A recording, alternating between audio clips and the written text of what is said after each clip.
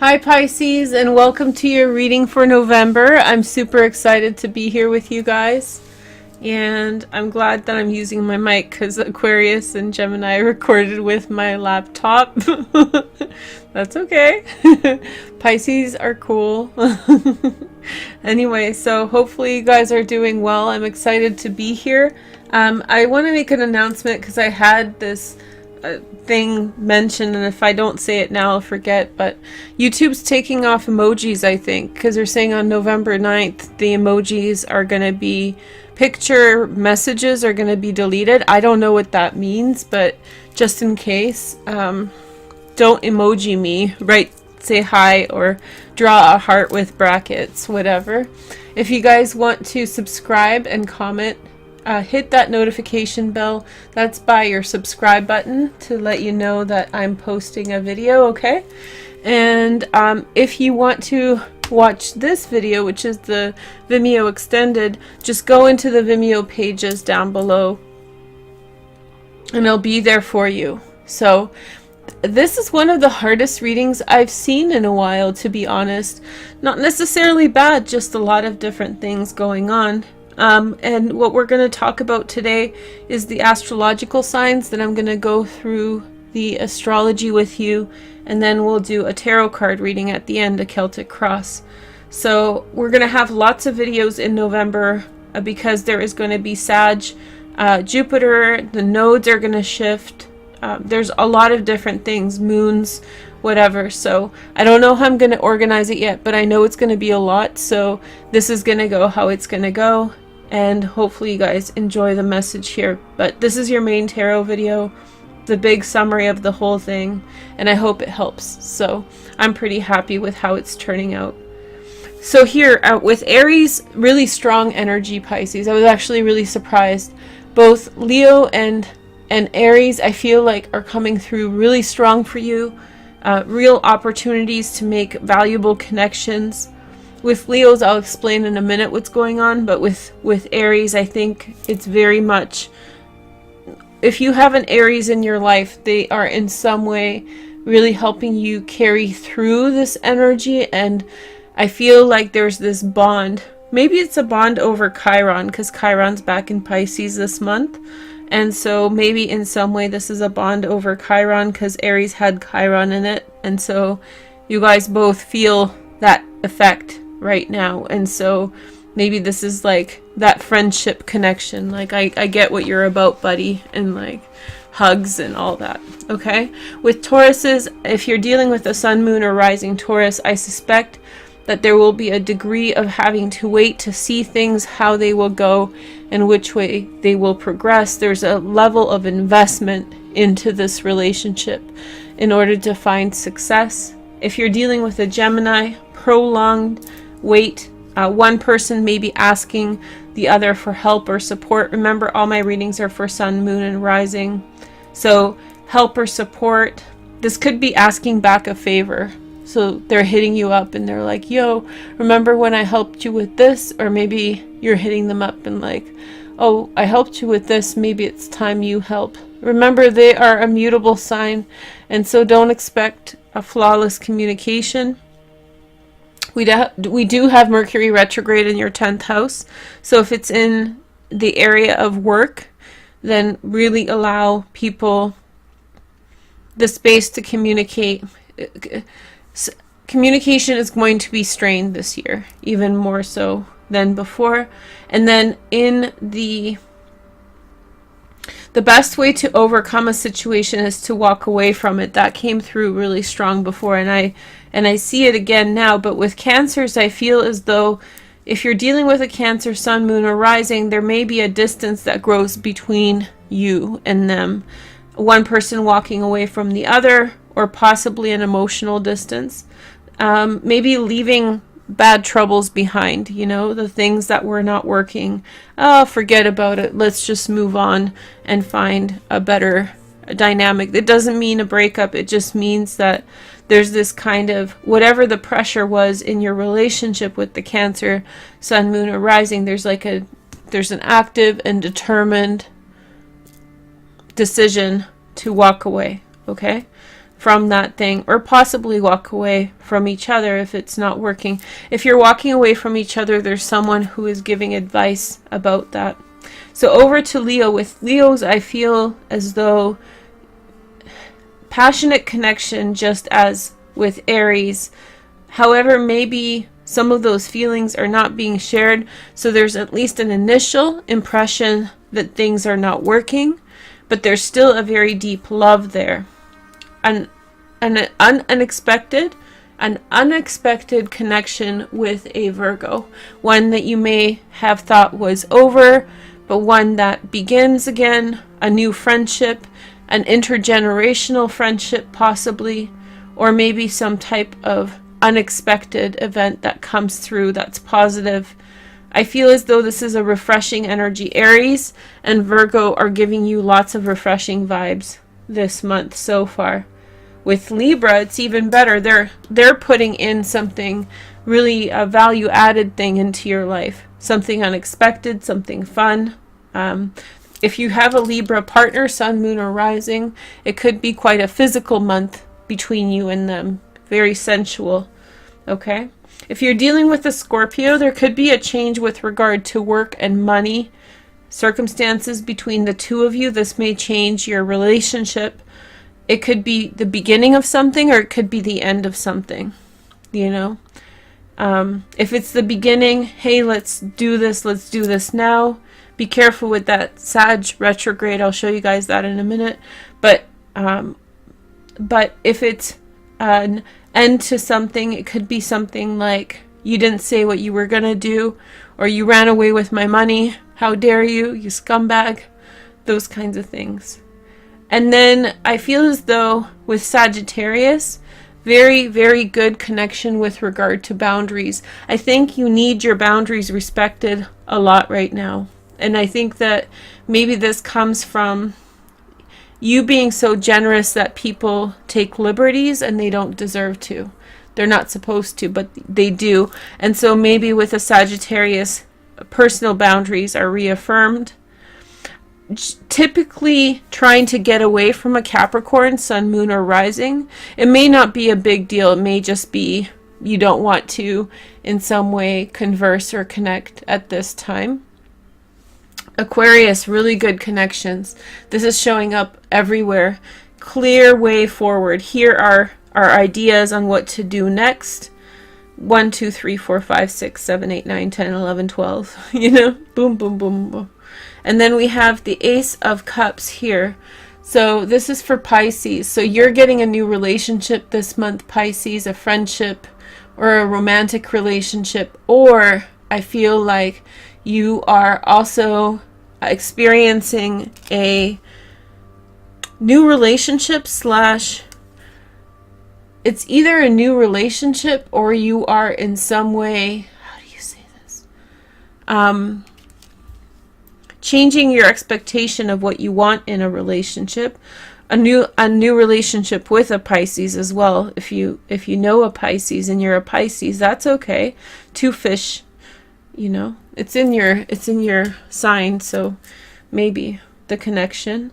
But definitely like a resurgence of values. Maybe you talk to each other like, man, boundaries, man. And they're like, I know, you know, and it could be a sun, moon, or rising Pisces. A new understanding, uplifting energy. The tough part of this reading has to do with a very complex family situation that you've been attached to in some way. So it's hard to say like, oh, walk away, but like, how do you walk away from family? And it seems like for many of you, somebody needs you. So how do you walk away from that, right? Complicated circumstances. So I hope that's helpful. And now let's do the astrology. Make sure to comment and like on the videos. The comments, did I say don't put emojis? Don't put emojis because they're about to, I think they're going to delete them. That's what they said in the back end to us. So yeah, be cautious with your emoji use. And then if it's okay, let's do the astrology now. Hey girl, hey. So I have this funky wheel and it's going to move on its own. So where's the moon? Moon's in Leo. Here we go. So we start off with moon in Leo on November 1st. and then we're going to go all around the zodiac, and I'll kind of walk you through it, and we'll pick some tarot cards to clarify. So the first major transit is Uranus, and Uranus is in Taurus, heading over to Aries. And it'll move over to Aries, retrograde, back into Aries one last time. That's finances. Over the next 5 months, you should really pay attention to what you can do in the way of financial opportunities. Do something else. Anything in the last 7 years that you didn't do that you should have, start a new business, start new things, you should think about doing that in the next 5 months. Here is the next message. We have the Empress and the Magician.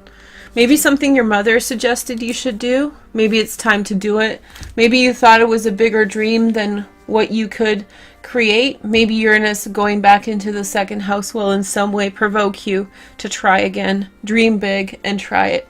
I think that the theme for Pisces, at least right now, is like, go do your thing, you know? Go do your thing, Pisces, and stand up for yourself, be proud, be bold, all those things. Yeah?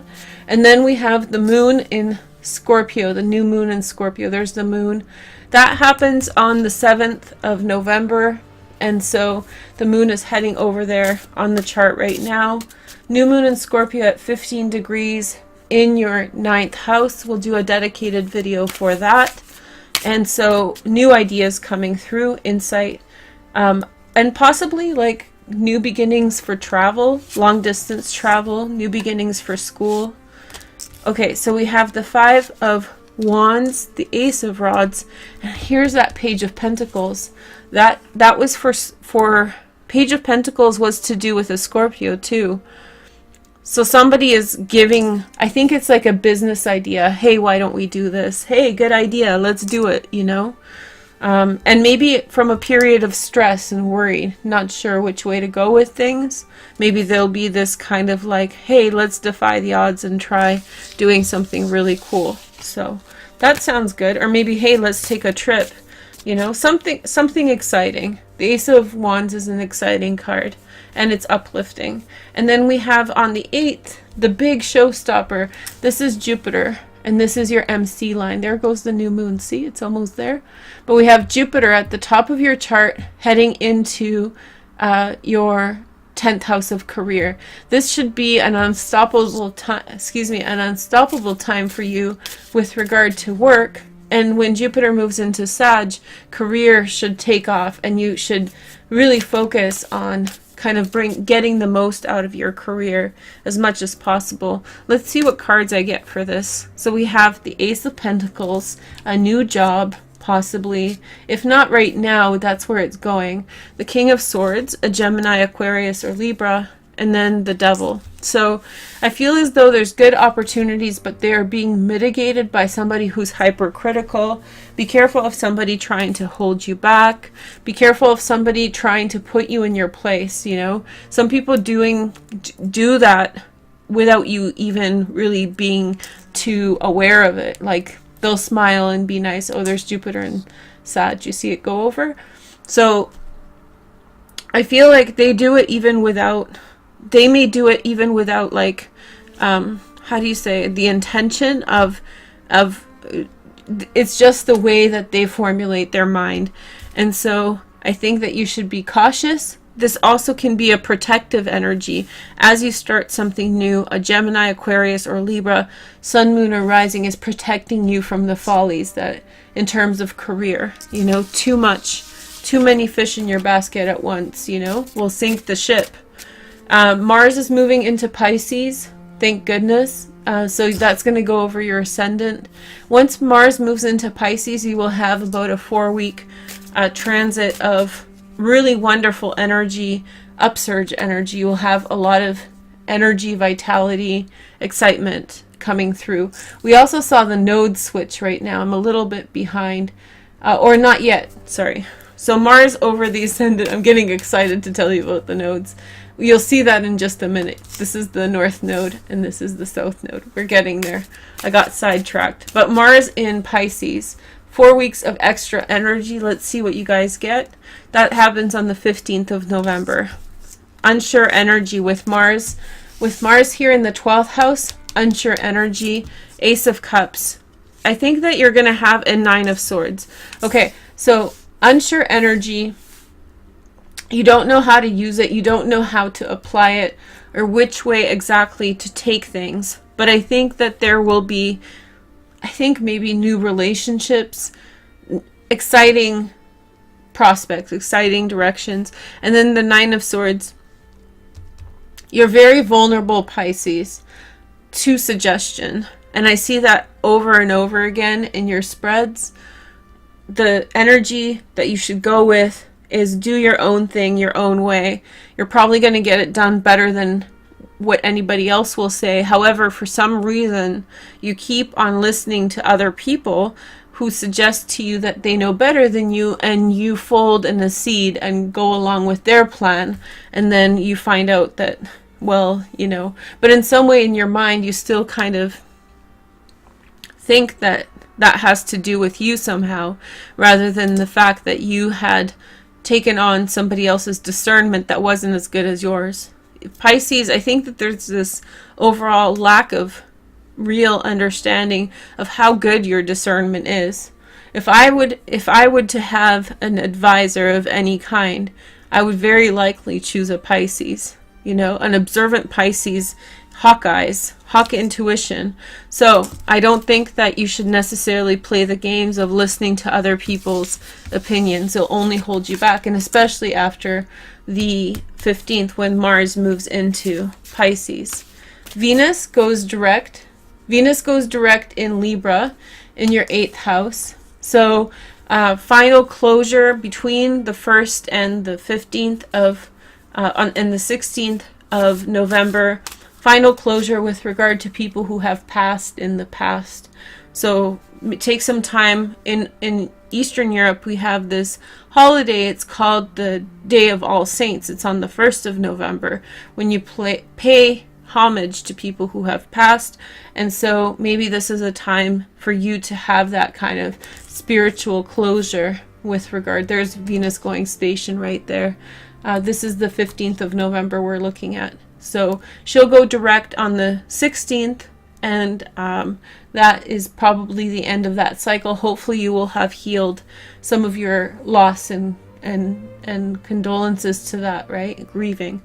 Mercury goes retrograde on the 16th. So Venus will go direct, and Mercury and Sag will go retrograde. So I've already mentioned that it's a good idea to possibly be careful with career. You know, beginning new things with career for the next 3 weeks until the first week of December. The idea may be there because Jupiter is up here, but you want to kind of take some downtime, pay attention, learn the ropes, maybe go back on something you haven't kind of finished in the past, like an old contract you need to fix. Something from the past that wasn't working may work now. Give it another shot. Somebody who could come in very quickly and say, hey, why don't we deal with this? This is from the past. They'll breeze through. It'll be easy money. It'll be an easy task to complete. You seal it. It's done. It's over. It's great. The oncoming energy is the Four of Pentacles, and then you sit there and you wait.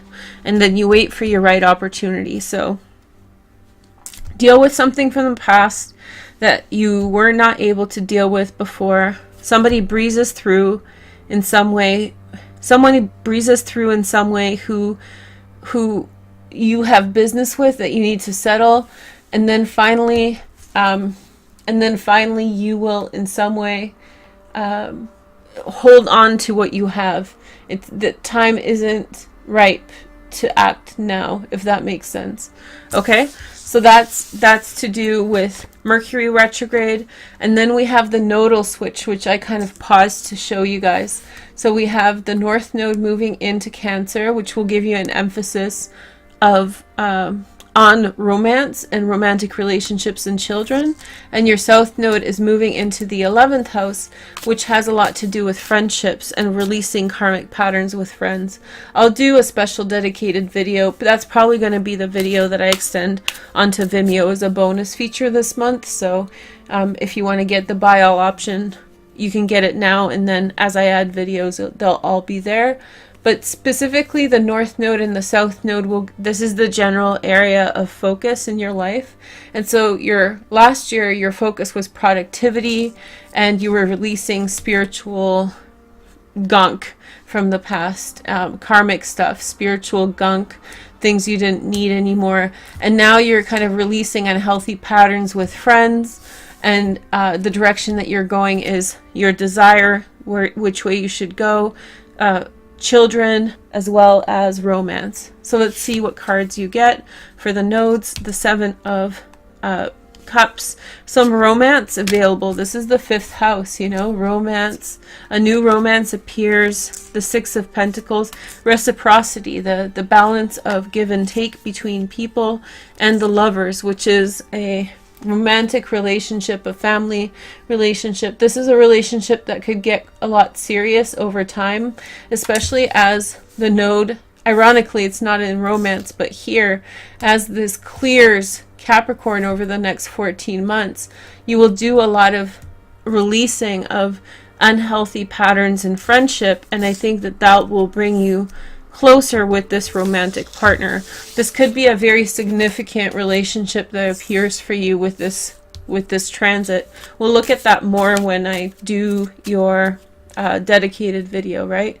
And then we have on the 22nd, we have the sun right here at the top of your chart heading over into Sag. That's going to be big. Again, wait till the first week of December in order to really enjoy that Jupiter in the 10th house, Mercury in the 10th house energy. You don't want to sign contracts. You'll be signing them again, basically, if you sign them during Mercury retrograde. Full moon on the 23rd. So let me show you.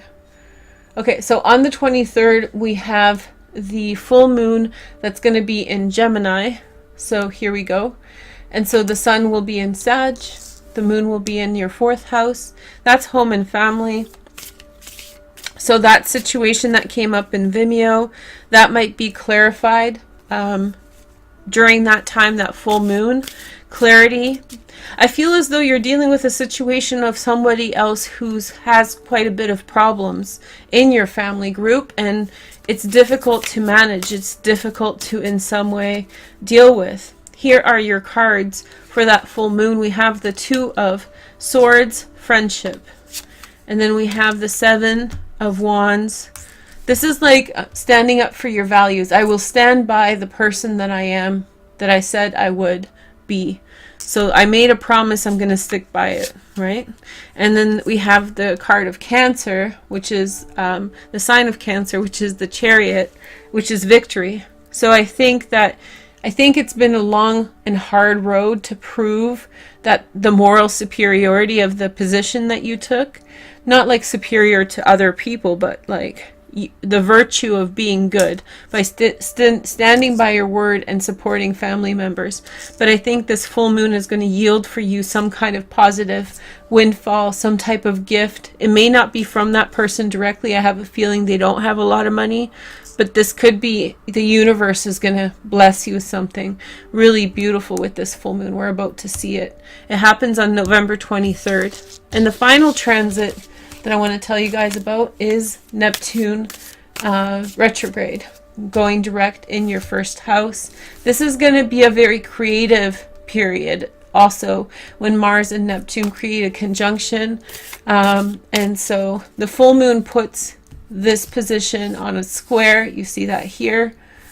That square is going to be awkward. It's not going to feel super great because there's going to be things in family situations that you'll have to deal with.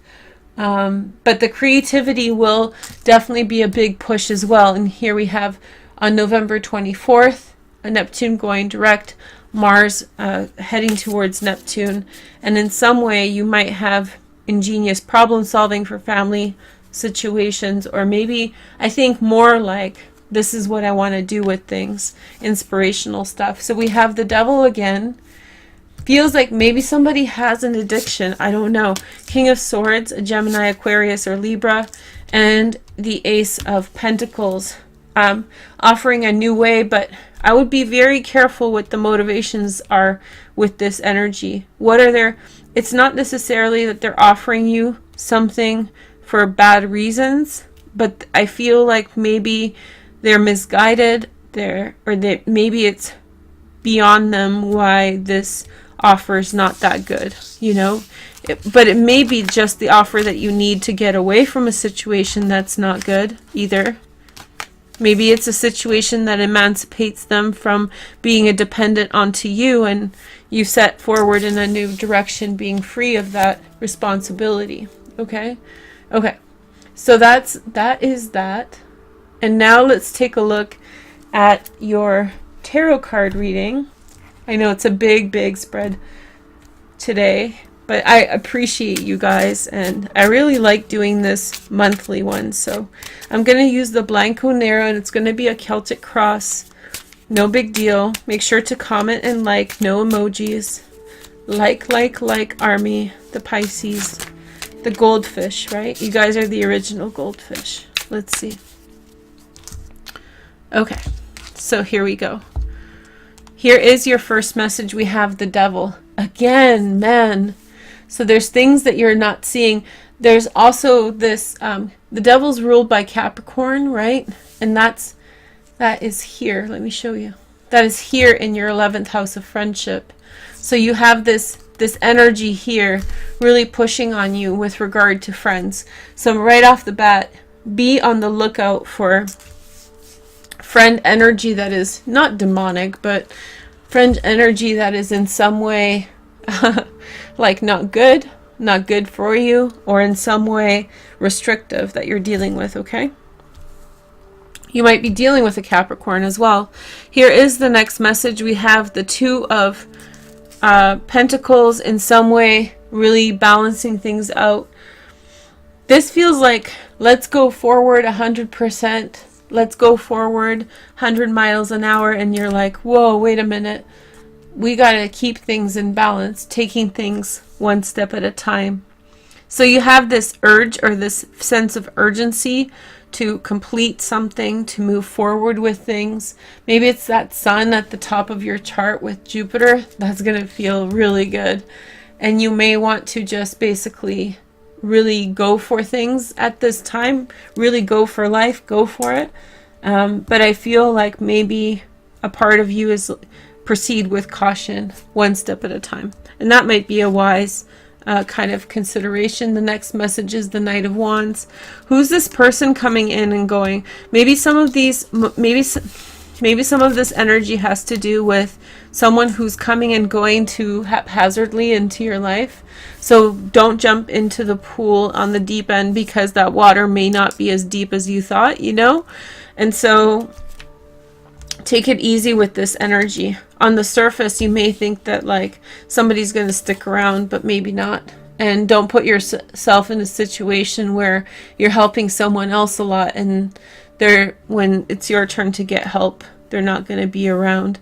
So I feel like be very considerate with your energy and focus. Take things one step at a time. In the past, we had the Ten of Swords. So you're coming from a legacy of disappointment. You're coming from a legacy of disappointment in friends. Let's see if I can show you in the chart here. So we have Saturn here. Saturn in your 11th house points out to you exactly who's not your friend in your friend circle and why. So you may have already felt this since January, when Saturn moved into this position in Capricorn. And so you've learned some tough lessons. This to me seems like a friendship spread so far. Like you're dealing with like shady friends, and you're seeing them for what they are worth. And I think that it feels discouraging, but I think you should be encouraged, because you should be aware that you're going to get them out of your life, and you're not going to be hurt by them anymore. You know, you've identified the energy. Here is the next message. I'll clarify this one in just a minute. Your next message is that you have to make decisions. Yes, you have to make decisions about your friends now. Like, you can't keep towing the line and hoping for a different outcome, you know? So they've told you, when someone tells you who they are, believe them. Bottom line. The next message is, around you, we have the King of Swords, Gemini, Aquarius, or Libra. Protective energy, but also overbearing energy. You do this, you do that. This is my discernment. Careful now. Hopes and fears. We have the Justice card. You're hoping for fairness and order to be in a part of not only your life, but in the life of the people around you. The outcome, we have the Page of Wands. So setting off on some kind of new journey. Maybe someone with less, this person's habitually coming and going. This is an explorer, somebody who kind of looks out into the world and sees possibilities, a much more fresh energy.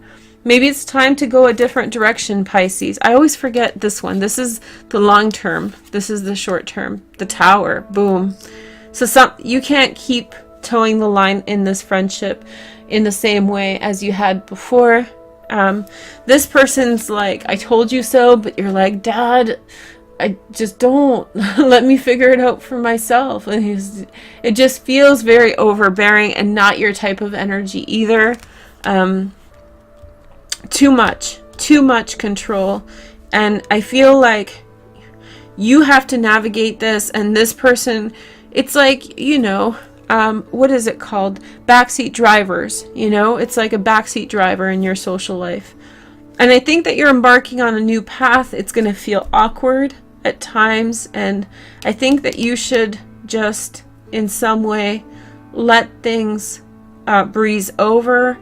All the negative feelings, all the negative intentions. In some ways, you're not even seeing how bad it is, which may be a saving grace. Maybe you shouldn't even care so much. On the bottom, we have the Queen of Cups.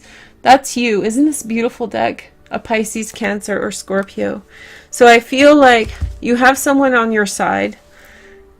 They're not feeling super good. Just take it one step at a time, and I think that you'll end up moving forward in a good direction. There's a bunch of twos here. 3 twos in a reading suggests lies.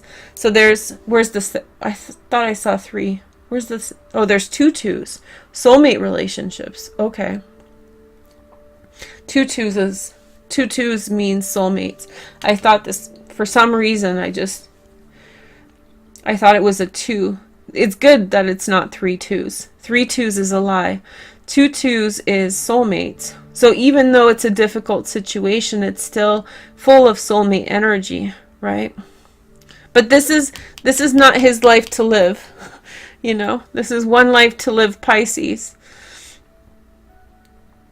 And your answer is to broaden your horizons, go in a new direction, be celebratory, even if you have to celebrate by yourself, even if you have to do just the Pisces thing on your own. And, you know, just go do your own thing, or go reach out to a friend you haven't really talked to in a while, but who you're cool with. You know, just go out of the box, go around the way. The people who are in your way, they're playing games. No, they know your patterns. They know that the way you do this, and so they're getting whatever they need accomplished in line with your pace. So it's like you're getting played. It's not like getting played in like a horrible way, but you're getting maneuvered around and with, and it's not good energy to have around you with self-serving, self-seeking energy. This is really genuine. It's like a true friend, a light-hearted spirit. So this is you. You need to just, this is not your energy. This is their energy. The unfortunate part of it is that you're having to deal with it, and you're going to clear it in November. I was really hoping for a more bright and light, but it's that creative thinking that needs to happen right now in order to head over in a new direction.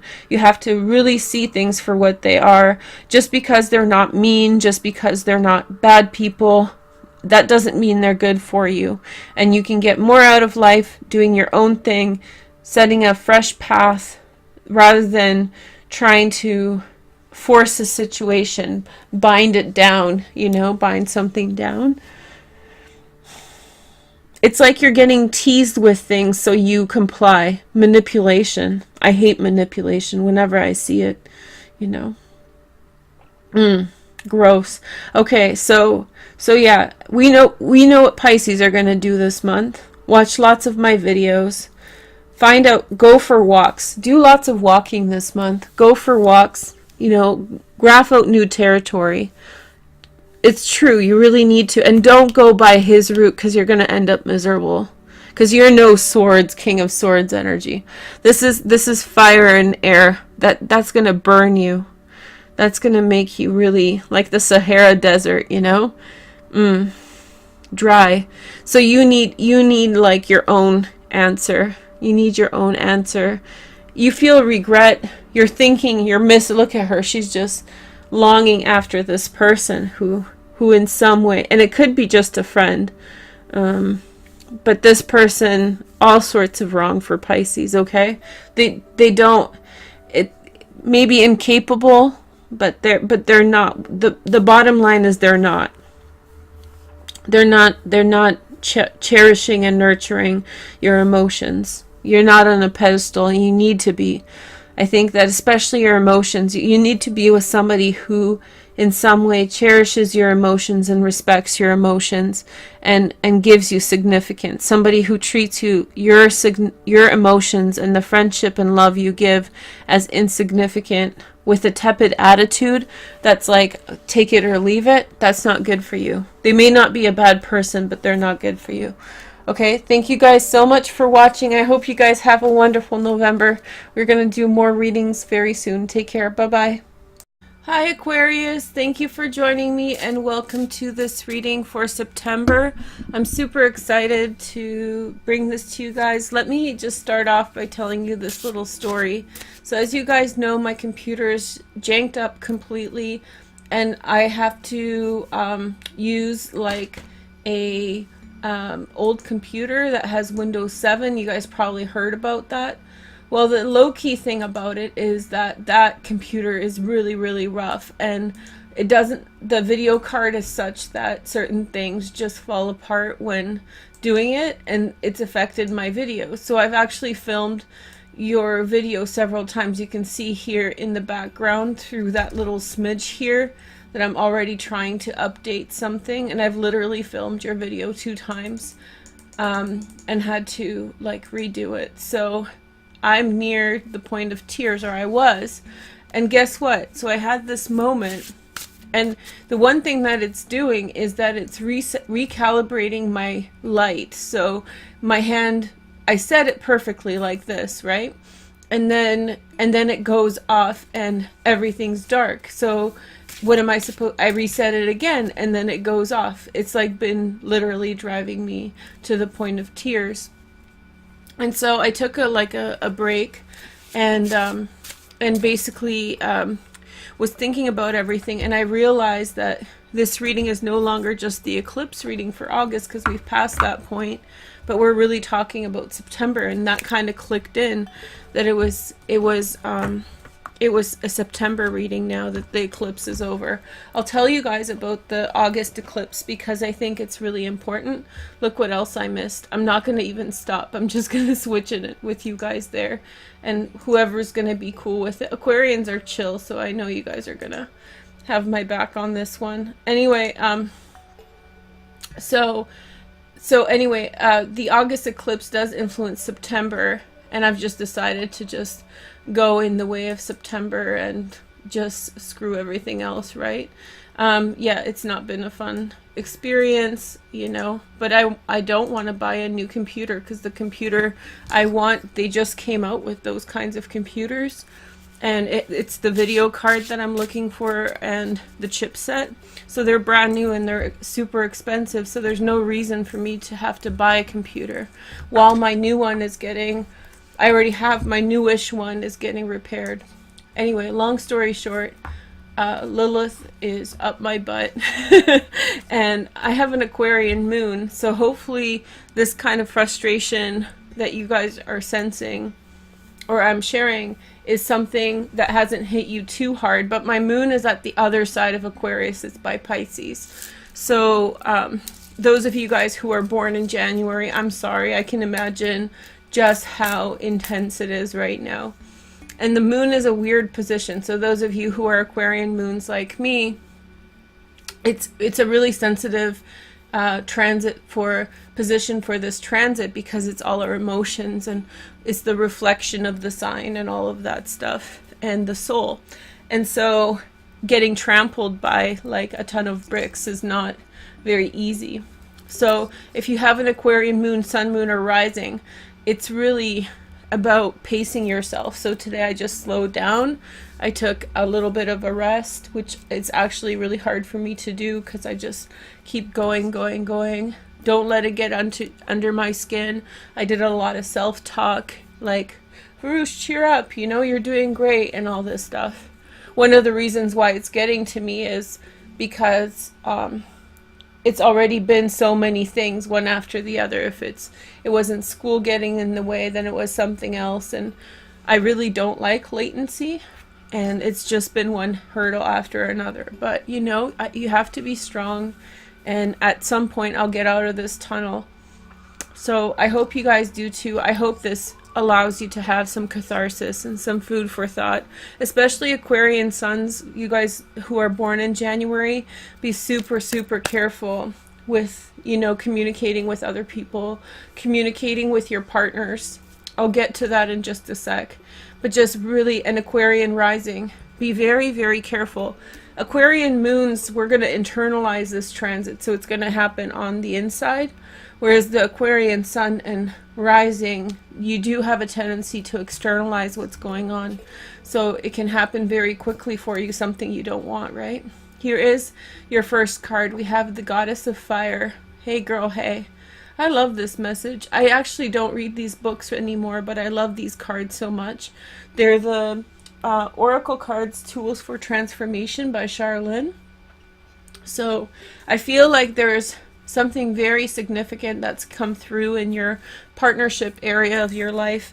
I'll get to that in a minute, and this is going to be mostly true for the rising sign and sun Aquarians, okay? And this will have to do with the Leo eclipse, hence the fire connection. I want to see which identity is coming through at the beginning. So which identity is emerging throughout August and throughout September. If you're watching in September, see, there it goes. If you're watching in September, really hold on tight. Don't let it get to you. Hold on. Complete gong show, right? Let me do it one step quickly. Let's see. There we go. Okay. I think I need to learn how to use this completely like a baby, this computer, so I get the whole thing I need.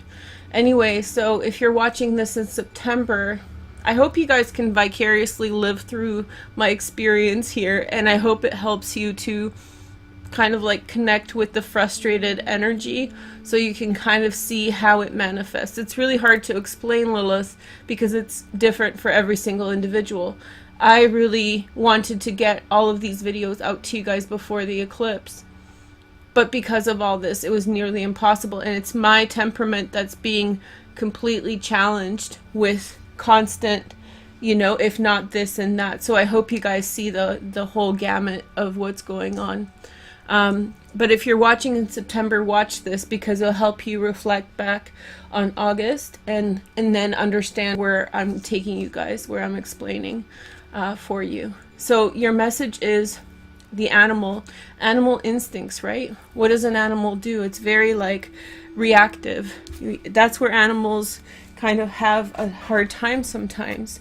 You know, when they get cornered, they want to bite back. You know, strategizing, multiple layers of strategizing is not something that they are good at, right? I have 3 stones to throw down for you guys. And you know what? I'm going to throw down an extra one for you guys. This is an amethyst, and oh, you can see the rainbow. That makes me happy already. I have to have autofocus on, but you can see the rainbow inside. So you may have seen my other videos, but I've been throwing stones on the chart behind here, and I'm just letting them go wherever they need. So the amethyst is for clarity of thinking, and the celestite and the rose quartz went right in the middle, which is such a wonderful omen. To me, that represents that guides are with you at this time, and they're wanting to help you. Let me show you what I mean. Okay, so here's your chart, and then we have the stones in the different houses.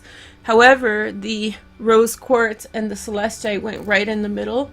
To me, right away, that says that whatever kind of adversity or frustration you are facing, you are going to bear it and have a lot of care and support through it for yourself. So it's a weird time for you, because on the one hand you have this very erratic transit that's trying to evoke the deepest parts of you, which is the south node, your karmic past, even before you were born, right? So whether it's your family's history or past lives, whatever you believe in, it's trying to evoke that and pry it out with Mars. Imagine something forcefully trying to pry something, you know, out of the ground. It's almost like Excalibur, right? Pulling the stone out of the sword out of the stone, that kind of thing. Think of force, right? Mars's force in the south, and the south node is your karmic, not only karmic, because some people, like Christians, don't believe in past lives, which is cool.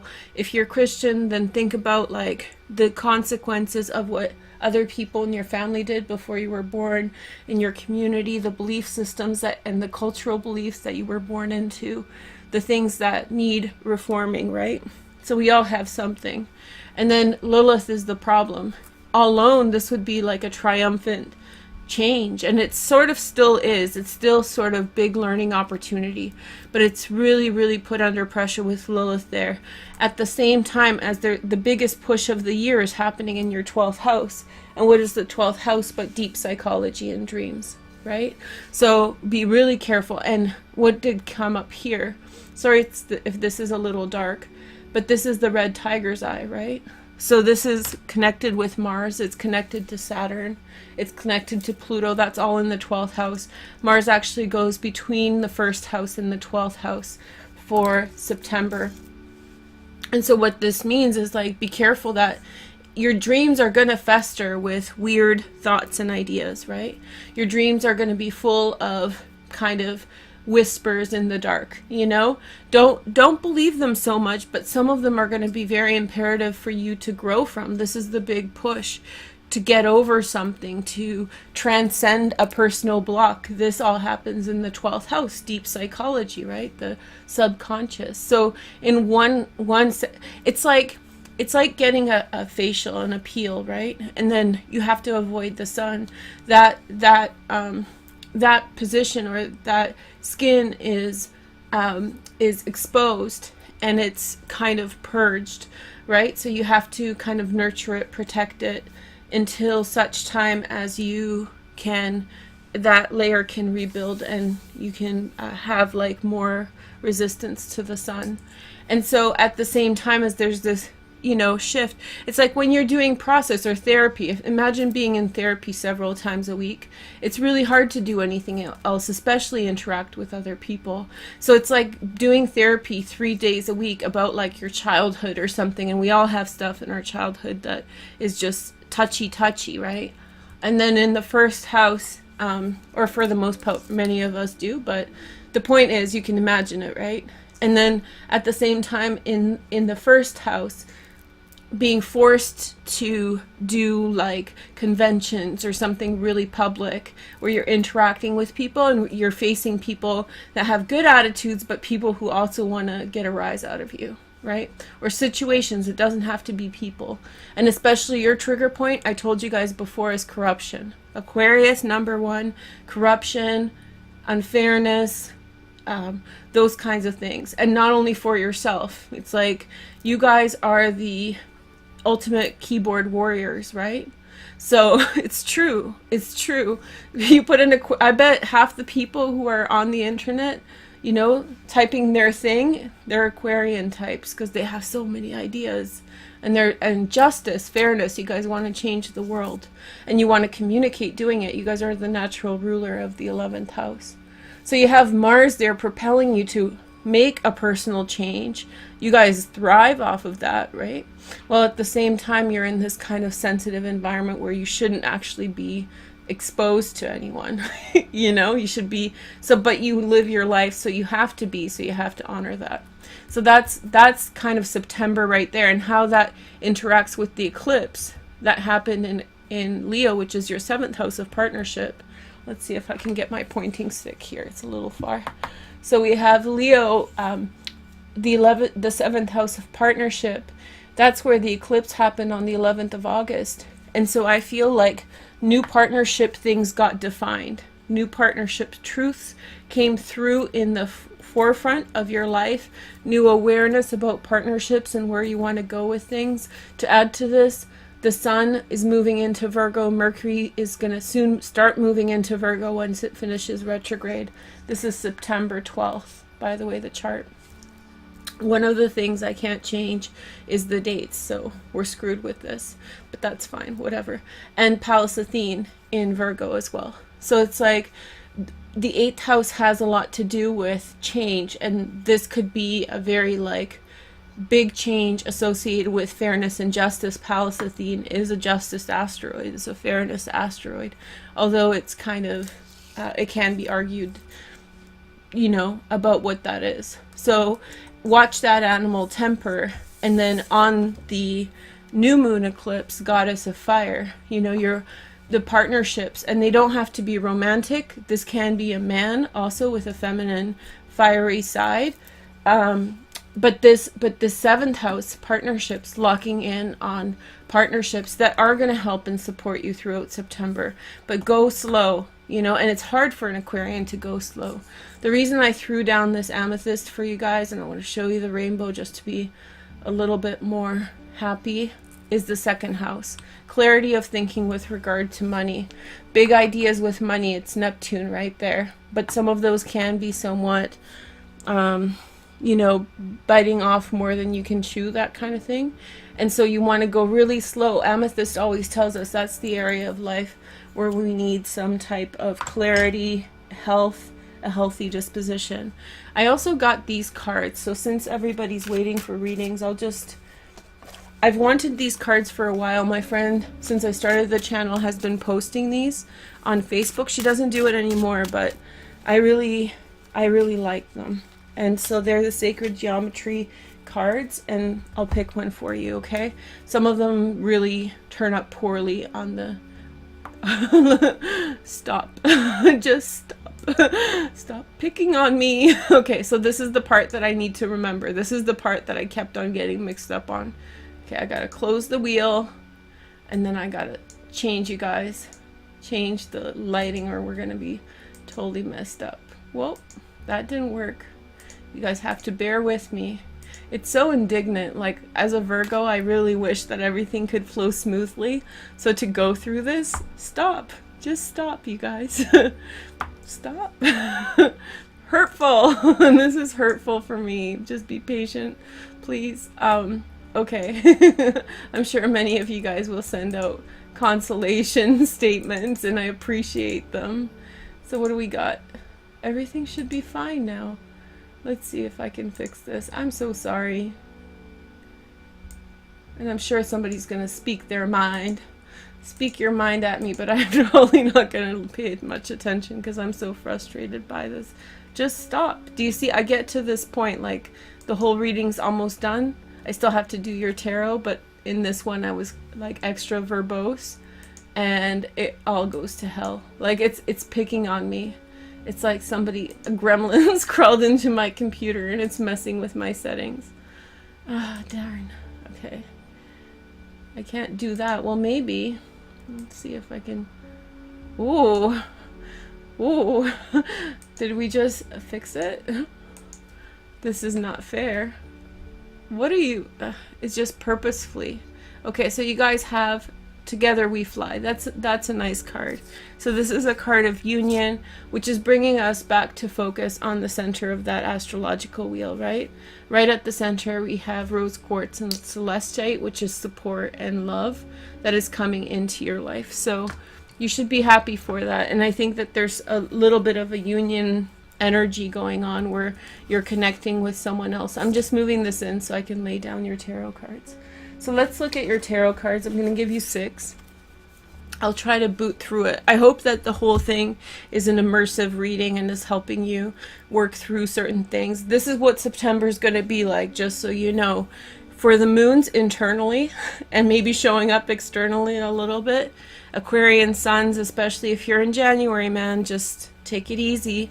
And then, of course, the rising signs, you guys are feeling it probably the most, to be frank. Well, it also depends where your rising sign is in Aquarius. If you're like rising Aquarius 25 degrees, this is all happening behind the scenes. But if you have like a nice 2-degree rising sign, it's like it's just, you know, smacked you straight in the face.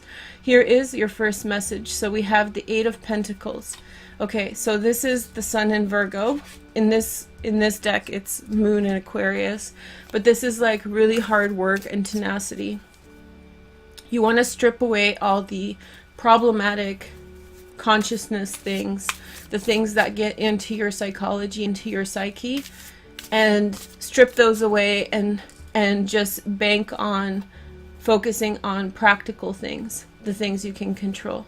The next message is the Knight of Pentacles, who's a Virgo, Taurus, or Capricorn. So somebody who is coming in to help you.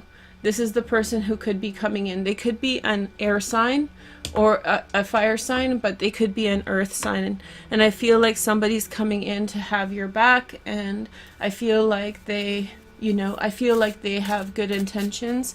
And in fact, some of them may have intentions to buddy up with you because it's the 8th house. So in some way they want to reinforce your strength, and it's justice, right? So they're motivated. Knight of Pentacles, like, I'm a Virgo, right? So I'll tell you guys the truth. The low on this guy, some people don't like him, but he's one of my favorites because, and I have a lot of guy friends. So if I were to choose a guy friend, it would be probably this guy, because this guy will see you through. Like, this guy's like, you know, he's like, what is it? Ride and die. He's like your ride and die, you know, like he'll see you through to the end.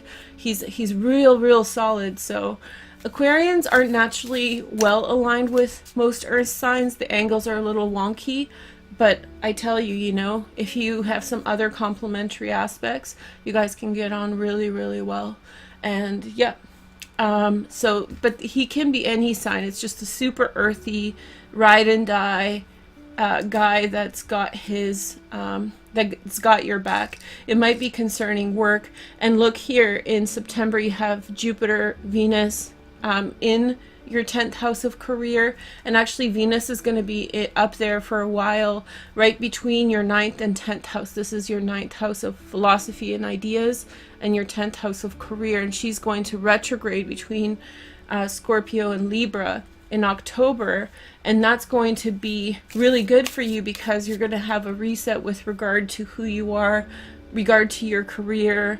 Things are going to be set right, and there's going to be closure for things that, you know, have faded away in an unfair fashion. So I think that you guys are in for a good transit for work, and I've been telling you guys individually just how positive that is. The next message is the King of Pentacles. Hey girl, hey. So there's lots of earth sign people. Now the King of Pentacles in this deck is the Scorpio card. This is a really old, it's a rendition of an old deck, and it has weird astrological alignments. I think the Golden Dawn switched them. Don't shoot me if I'm wrong, but I think that there has been like a re-identification in the 20th century of the astrological alignment. So before they had different ideas, and there's many decks with kind of obscure alignments, and so he's a Scorpio here. He could be a Virgo, Taurus, or Capricorn, but he's the guy who's like earned his money. And again, he's like looking straight at the 8th house, right? So he sees an opportunity, but this is a person who's not ambitious. This person was ambitious like this guy at a certain point, but he's calmed himself down, and he's more like philanthropic. He's more like, I've got my money now what? So he's more of like an experience, or he likes maybe property. This is also difficult for you. Bear in mind, we have amethyst here in the second house of money. When you're rolling with people like this, you need to really watch your money, because these people have a knack for money, or like a real knack for money, which means that you could be rolling with people who are, or living or hanging out with people who have like a lot of resources, and you may feel like you're spending a lot, but they could be just spending the extra change they have, and they've secretly like stacked away whatever they need. So this can be really hard financially for some people, especially if, you know, there's a lot of things that are pressing on you. So make sure you're not trying to match them financially. You have 3 disc cards, and I feel like this is good for you, but don't try to, like, respect your friends' qualities, right? Like, respect their strengths.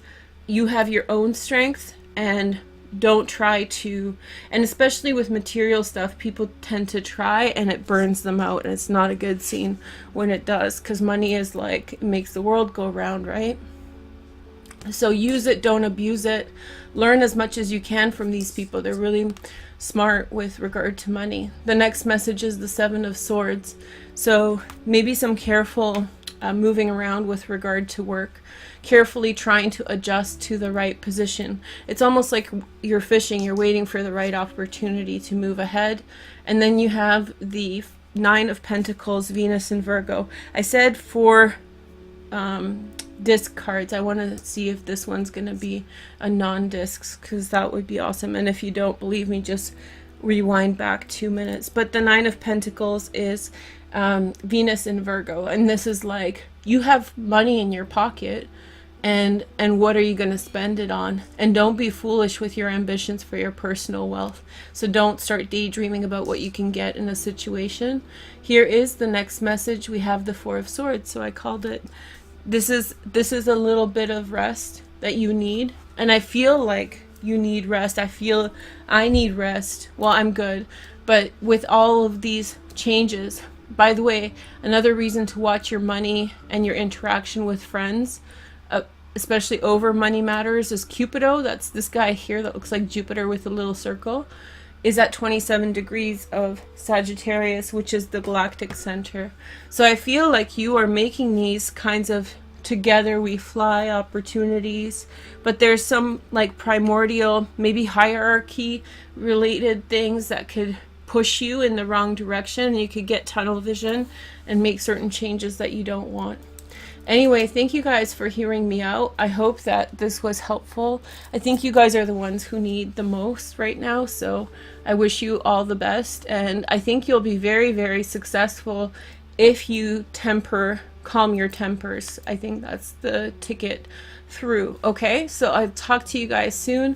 Have a wonderful, wonderful September. I'll have more videos out for September soon. Take care. Bye.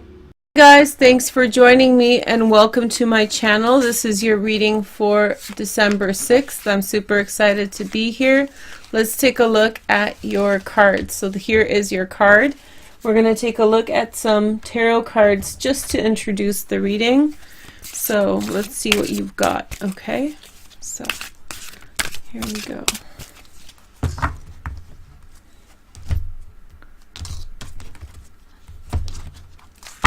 Your first message is, we have the 5 of Flames, and so this looks like a stressful situation.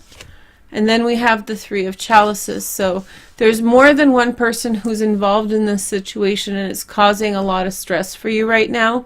Remember, with the new moons, full moon readings, we're talking about like the energy that's beginning, the energy that's ending, what cycles are happening at this time. I feel like there's been a repetitive pattern of interloking. There's been a repeat pattern of people pulling stunts and trying to start problems and kind of manipulate situations. I feel like maybe there is a struggle for power between people, in which there has been duplicitous behavior behind people's backs. Let's take a look at what sign we are reading for. Now we're looking at Libra. Okay, so whatever's happened has turned around and become a stressful experience, and some of that has been dealt with, just blowing it off and pretending like everything's all right, just being chill, and maybe even some kind of self-medicating through drinking or something else. But you know, the sun's going to rise and you're going to wake up and you're going to have a headache after realizing whatever it is that you have to realize about the situation. So here is your chart. We have the new moon in your third house, Libra, which is communication. Some kind of vital communication is coming forward. Jupiter's moved into your sign. This is a wonderful year to communicate effectively and to manifest for yourself the things that you want. This new moon isn't the easiest transit right now. You can see all the squares that are happening for you at the same time. The moon has very few aspects which are supportive energy.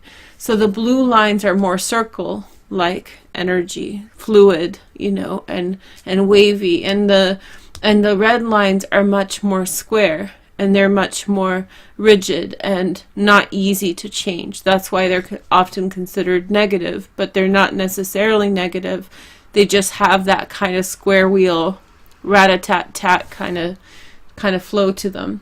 So we have the Vesta, which is the asteroid associated with natural skill, in the second degree of Aquarius, which is next to a fixed star called Altair. So this is going to give you an extra impetus to push forward towards something that you want, and that in fact is creating a sextile to Jupiter at this time. So that sextile may be enough of a push to bring about this situation in which you really speak what you want, to create something effectively, and to bring it about in a positive light or positive way. Something that you want to see come about in your life. Venus is in a hard opposition to Uranus, right? In your 7th house of partnership.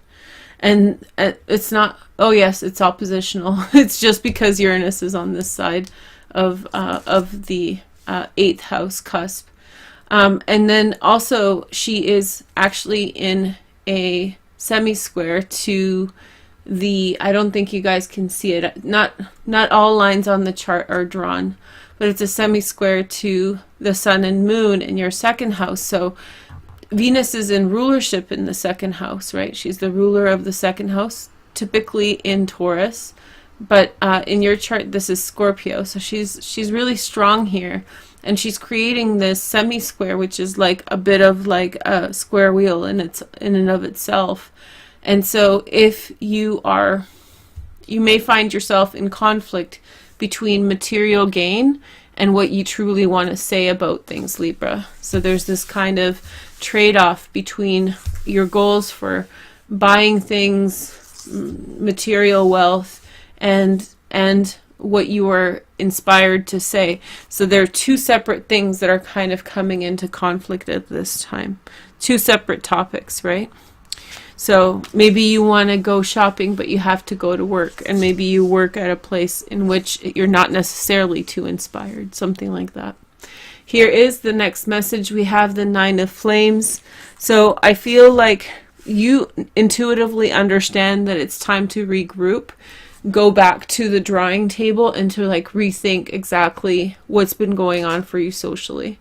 I feel like the time of acceptance of certain circumstances is over, and so now you have to kind of regroup and think to yourself, where do you want to see things grow? By the way, the 3rd house is also to do with siblings, so this could be as well like a relationship with a sibling that's stressing you out, and so you're taking a step back to regroup and rethink things through.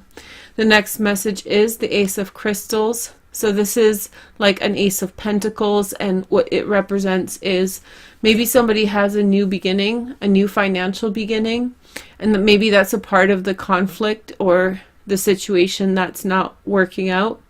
And because there's so many transits in Capricorn, which is your 4th house, Libra, this could be the conflict between you and someone in your family who may be overstepping certain boundaries by going after certain financial goals. And in fact, this could be you as well, or it could be triggering you to think about your position in the world. Maybe somebody's doing this out of turn. Maybe there is some kind of imbalance between you and them, and you feel a way or they feel a way about it. Here is the next message. We have the Seeker of Flames. And so what this represents is the Knight of Wands. The Knight of Wands, or the Page of Wands, rather, sorry. So this is inspiration towards something new. So karma, you know, people say, oh, you'll be fine. Karma will work things out. That's not really how it works. However, I feel like no one's getting left behind in this situation.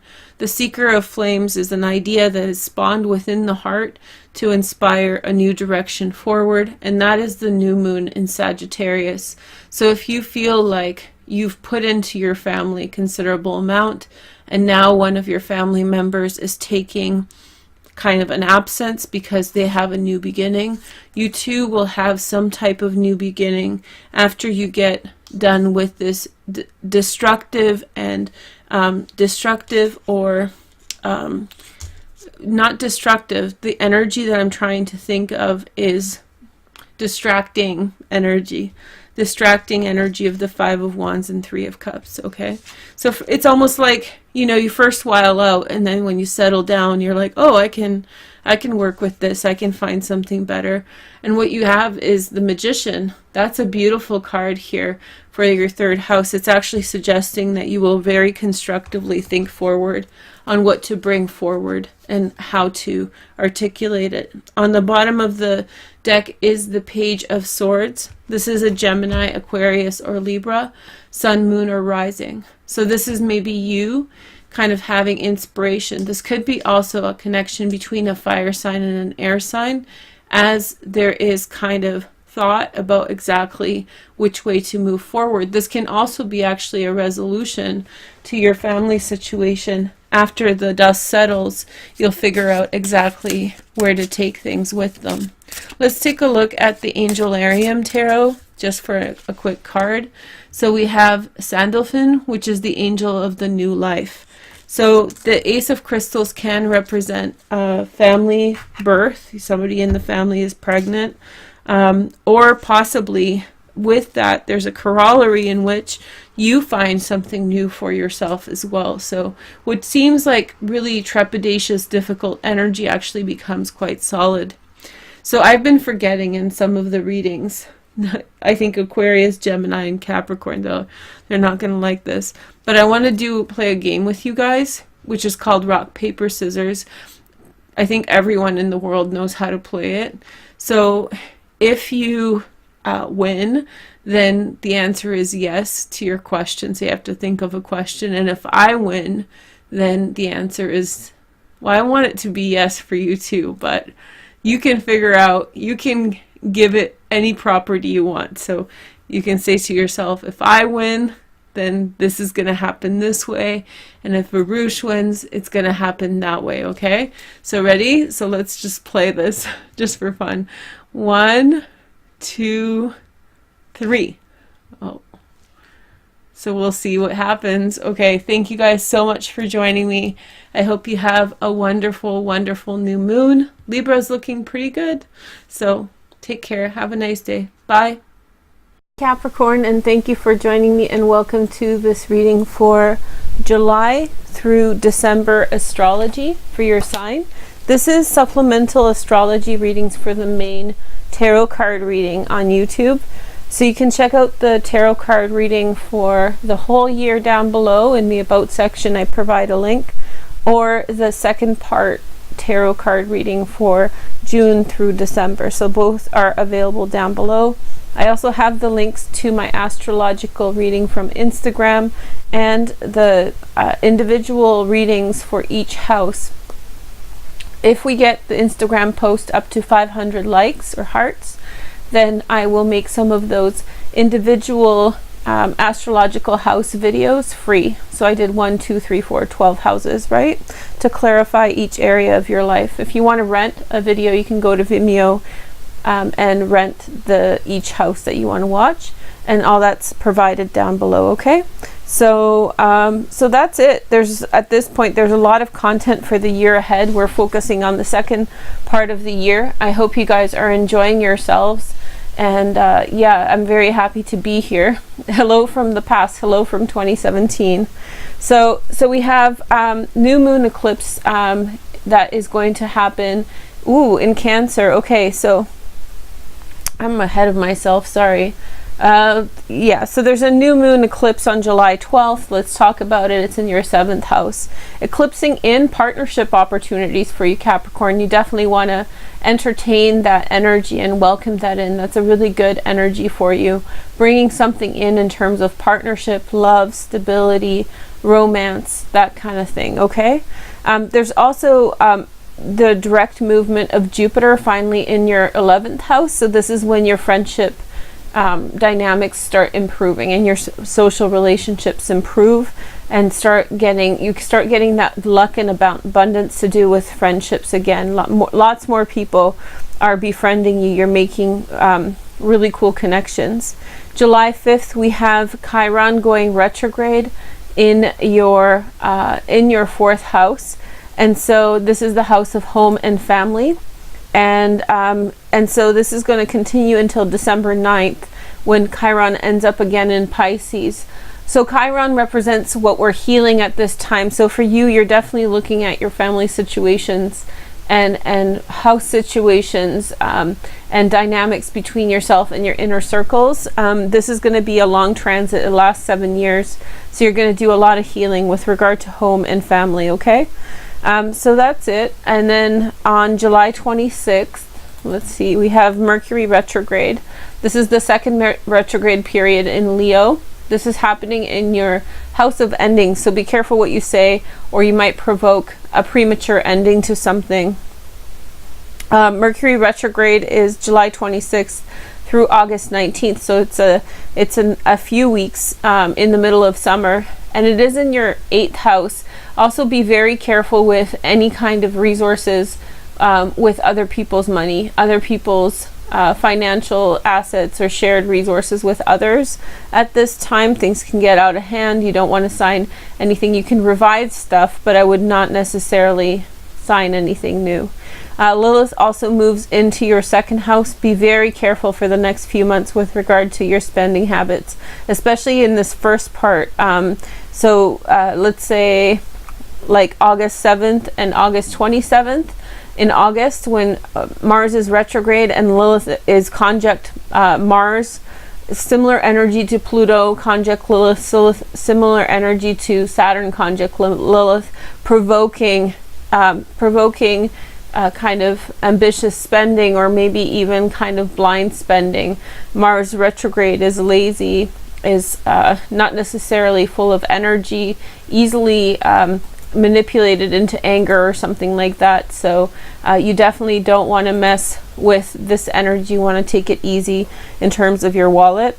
And of course we have Uranus moving into retrograde motion in Taurus, and I think Uranus actually maintains in Taurus for the duration of this retrograde period.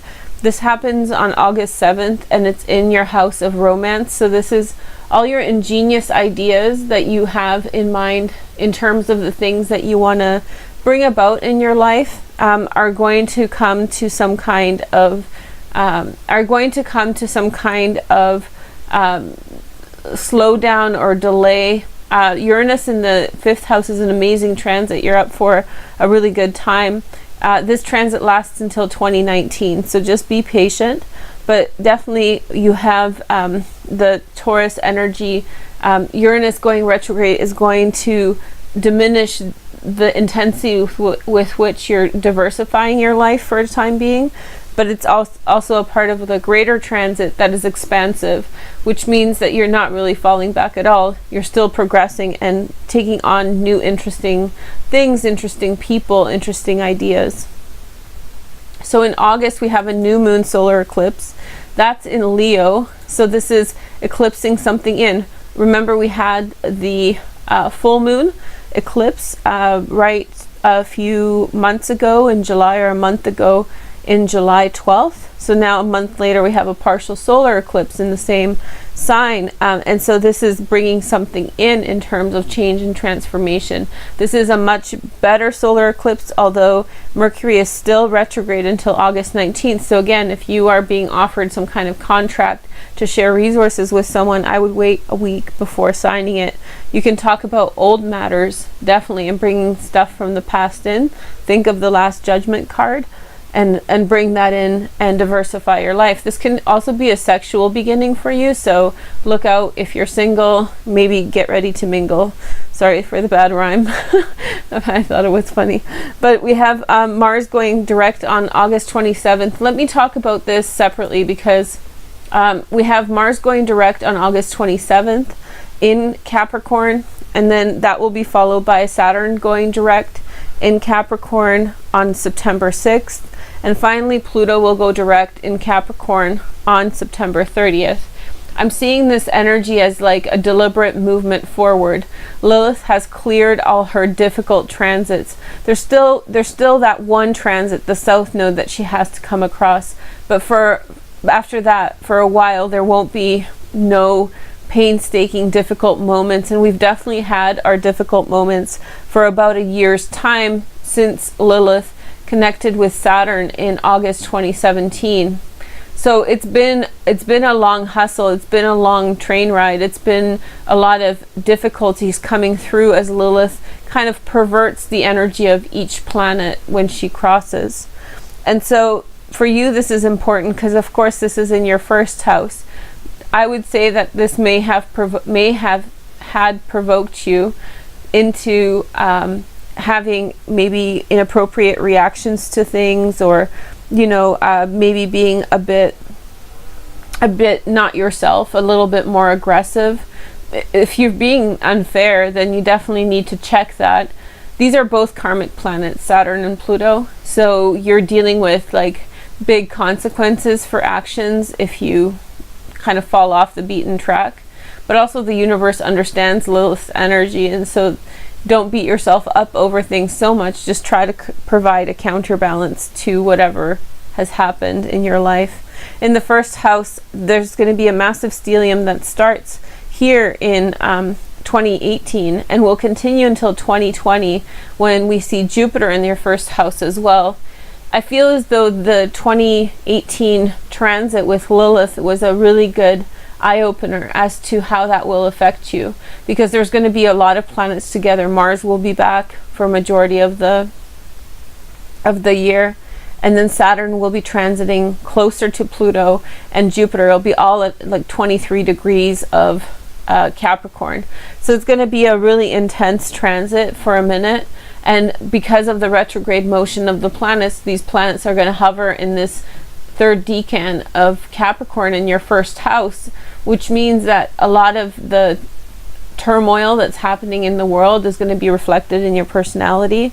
So it's really important for you to be aware of how that's affecting you and how you're reacting to it, so that you can kind of prepare yourself for 2020, which is going to be huge. Think about 2020 as like world events versus the personal. The personal is your personal changes and transformations. The world events is like the world stage. And so, yes, there's going to be massive shifts in terms of the world stage, but there's also going to be massive shifts on a personal level for all of us. And so when these things happen, energy crescendos, because everybody's going through something, and it's going to be very intense. So it's, for you, it's difficult because you become kind of like a magnet for a certain type of energy. Okay, next we have Venus. Okay, Venus is in Scorpio, and so she will go retrograde in Scorpio and continue retrograding until November 16th. She begins that retrograde period on October 5th.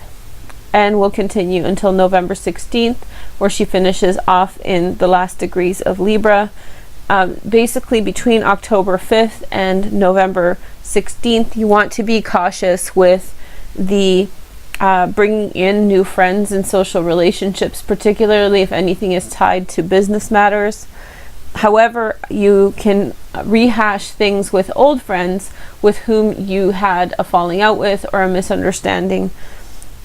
So on November 16th is our big switch. We have, first of all, November 8th, Jupiter finally moves into your 12th house. Jupiter in the 12th house can be a difficult transit. It makes things bigger. The things that you need to address really come to the forefront.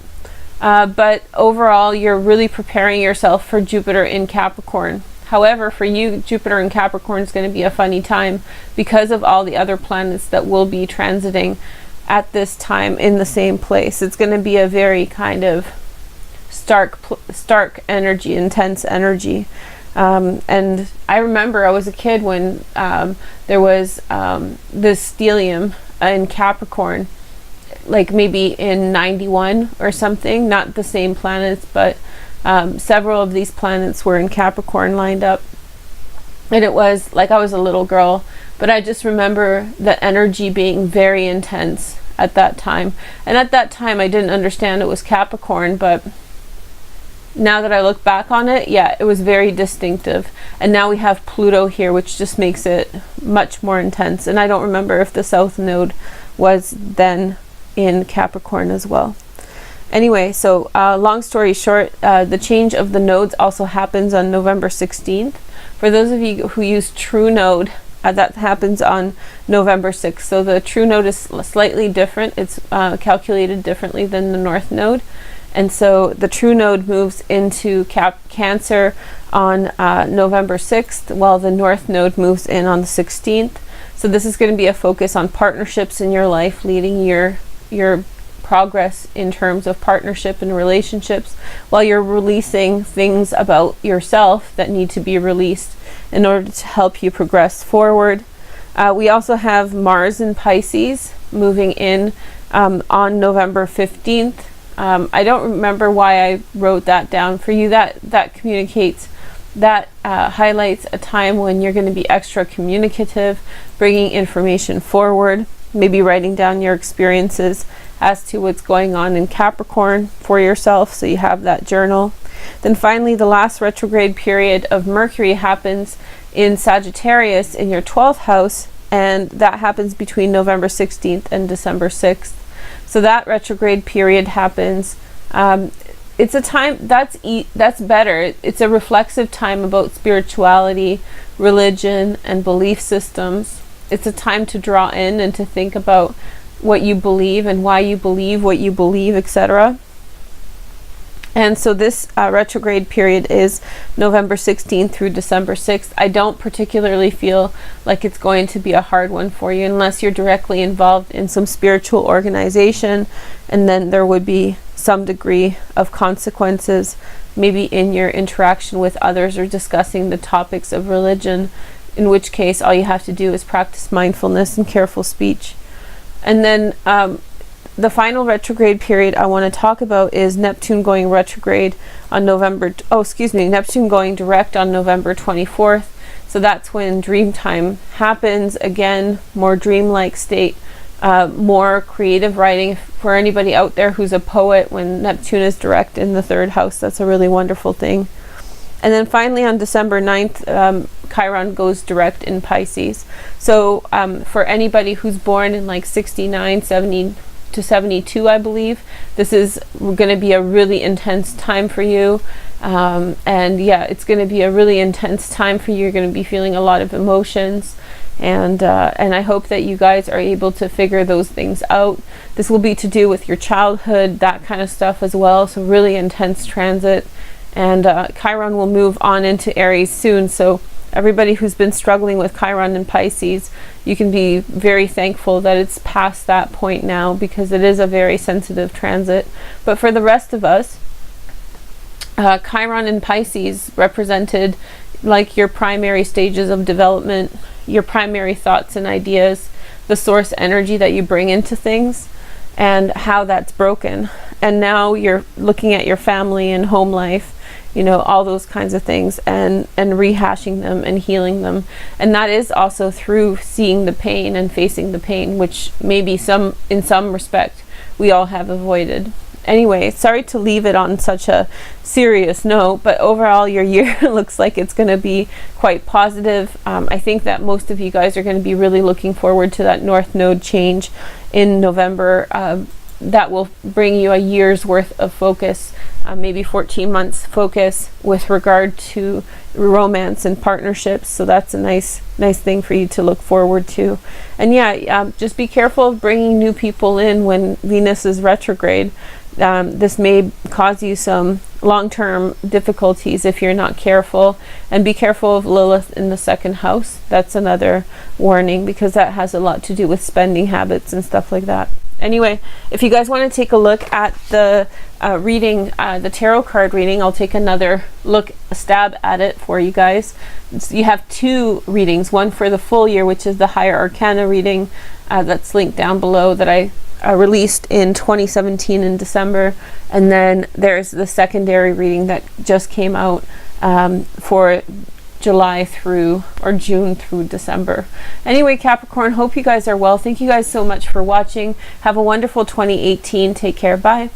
Hi guys, and thank you for joining me, and welcome to this reading for the Venus retrograde. I'm excited to be here with you guys, and I'm going to read for you, not knowing what sign it is at first, okay? So what we're going to do is we're going to pick 3 cards from the Dame Darcy deck. I'm going to do an expanded part of this reading on Vimeo. It's not going to be very long, but hopefully it will be helpful. It's a bonus to your October package. For everybody who bought the buy all option, go back to your Vimeo and check out that option there. Also, if you guys could just tick the little bell down below by the subscribe button, that will get you notifications about when I'm next online. So that's pretty exciting as well. For everybody else, just comment and like.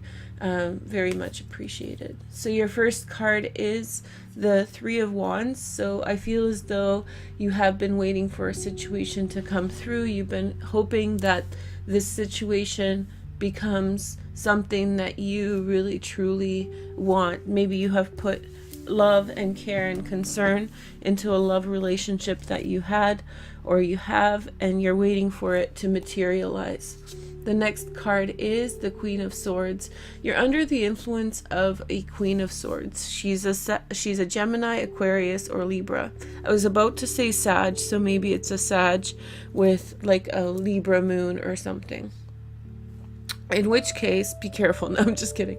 But the Queen of Swords is a wonderful energy of independence and also self-reliance, right? But the problem here with her is that she tends to influence others to be independent, and whereas that's her nature, maybe that's not yours. I feel like that's the case in this situation. I feel like she is drawing you away from the thing that your heart is attached to. The next message is the World. So I feel as though there will be some kind of important decision that you'll have to make with regard to travel. And I feel as though this person in some way is drawing you away from the thing that you've always really wanted. And I feel like you get the opportunity to kind of really expand your horizons as a product of this. But I wonder, because I feel like this is like almost making me think of Dorothy in The Wizard of Oz, you know, clicking her heels and saying there's no place like home. So I feel like where you are at, question it, because I'm not sure if where you are at is such a bad place for you. I'm not sure if that's something to be you know, kind of disposed of or moved past. So make sure that if you're under the Queen of Swords influence, or if you're thinking like her at this time, you know, I'm gonna just let it all go and travel the world kind of thoughts, just touch base with yourself and kind of consider whether or not you are just shying away from a situation that hasn't confirmed yet, but something that you truly want. The next message is that of beauty.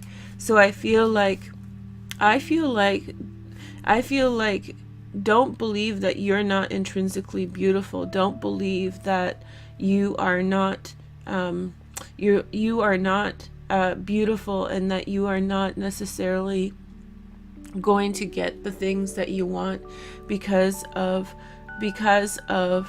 a lack of something, you know, not meeting the mark on something, or in some way being kept from you know, expressing truly what you are.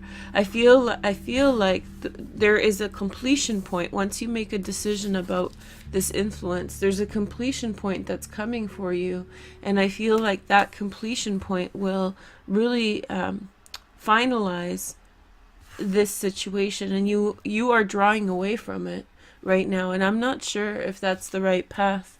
Here's the sign we're reading for. I didn't know.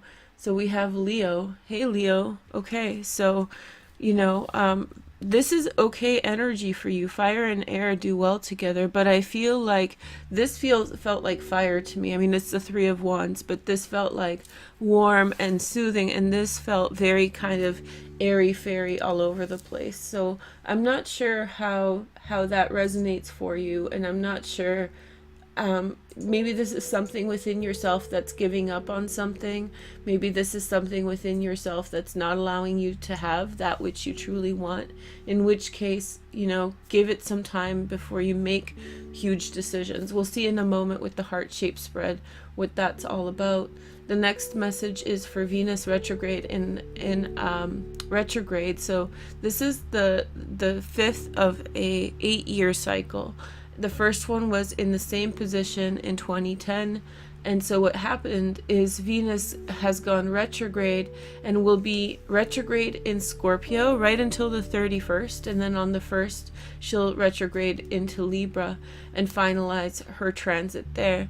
I think that this is coming up to really kind of pinpoint you towards this direction. The final showstopper, the final finale is in your third house. So what that means is that this is like what came out of you. Don't allow other people and situations in some way to limit that. This could be a situation in which a woman comes through, and or a situation with an air sign comes through, Gemini, Aquarius, or Libra, that in some way is encouraging of you to give up your fire inside, right? The third house.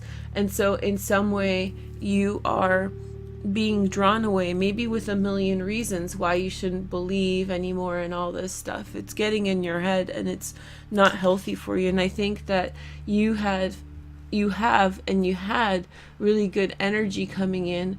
And so even if this is favorable, like, it doesn't have to be somebody who's maliciously doing something to you, but I feel like don't step into other people's worlds. I think that's the message that came through. Okay, so we have about 5 minutes to do the heart-shaped spread. I have the Lucy Cavendish deck, so let's see what it says. Okay, so your first card is, we have the new career moves, which is the Ace of Pentacles. So this is the starting point in the relationship you have, or the relationship you are being drawn to. So I feel as though there could have been a job offer. There could have been some kind of there could have been, or it could be, some type of job offer, some type of new direction that you are being drawn to. But I think that you have a already established gig or job yourself. So it feels as though in some way there is not, well, for one, inspiration, but also this this kind of thing to judge yourself against, this pinnacle to judge yourself against, that I'm not sure is healthy. It's somewhat drawing you away from what you feel good about. This is your ambitions in a relationship at this time. So you have the unexpected help, which is going to be a little translucent for us today. I love this deck, but it doesn't work well with this setup too well because it really bleeds through. So unexpected help. So in some way you are hoping for people to come in and build community with you on the premise of reciprocity, on the premise of coming together and sharing in in resources. The other thing you're hoping for is putting your burden down, which is the 10 of Wands. I feel like you're hoping for to have more going on. I think that where you have been at in your situation has been somewhat latent, and I think that there hasn't been as much activity as you had hoped there would be, so you feel a little bit limited by that. Let's see your next card. So this is the next card, represents how your partner feels about a situation, okay? So, or what they are looking for. If you don't have a partner, this is the energy you're being drawn to. So you're going to be dealing with someone, or you are dealing with someone who is very career focused. They're really looking towards the future. They could be in school, or they could be in another situation that is in some way to do with investing a lot of time and energy towards the future right now. The next card is the Strength card. So this is Leo. Their desire is there for you, Leo, and I feel like they feel that immensely. I feel like they're busy, and I feel like maybe they don't have a lot of time for relationship stuff and that kind of situation. So I feel like in some way they may be evasive towards you, or not exactly forthcoming in the way that you had hoped. The next step, it represents you in the next stage of this relationship, and you have the Three of Pentacles. So I feel like you will focus on your career or your job. I feel like your partner or your prospective partner in some way is really focusing on career, whereas you're not so focused with this Venus retrograde on career. You're actually focused more on yourself, and also on your family life, on kind of thinking about where you've come from, and like getting down into your roots. So maybe in the meantime you're going to focus just on some job. Maybe you will take a job that's like less intense, or less kind of focused on career advancement, and maybe more on kind of settling some of the things in your mind and aligning your environment more to that which you need. The next card is for your partner and what they will be going through. So they have the Six of Wands, and in some way I feel as though they are kind of they know exactly what they need to do. They're really on a big life journey, and in some way they know what they have to achieve to get what they want. This could be your partner, the air sign, and this person can want something in the world. They have big visions. It's almost like you are, working, at some job around town, while your partner is studying in med school, and they're going to be a doctor. And there's nothing wrong in the relationship, but they have a very concrete, difficult goal to achieve, whereas your situation is much more relaxed and much more you just want to enjoy life. So you are supporting them in this, but they are very much in some way goal oriented towards the bigger picture, long-term outcomes, so they may not be as available through this time.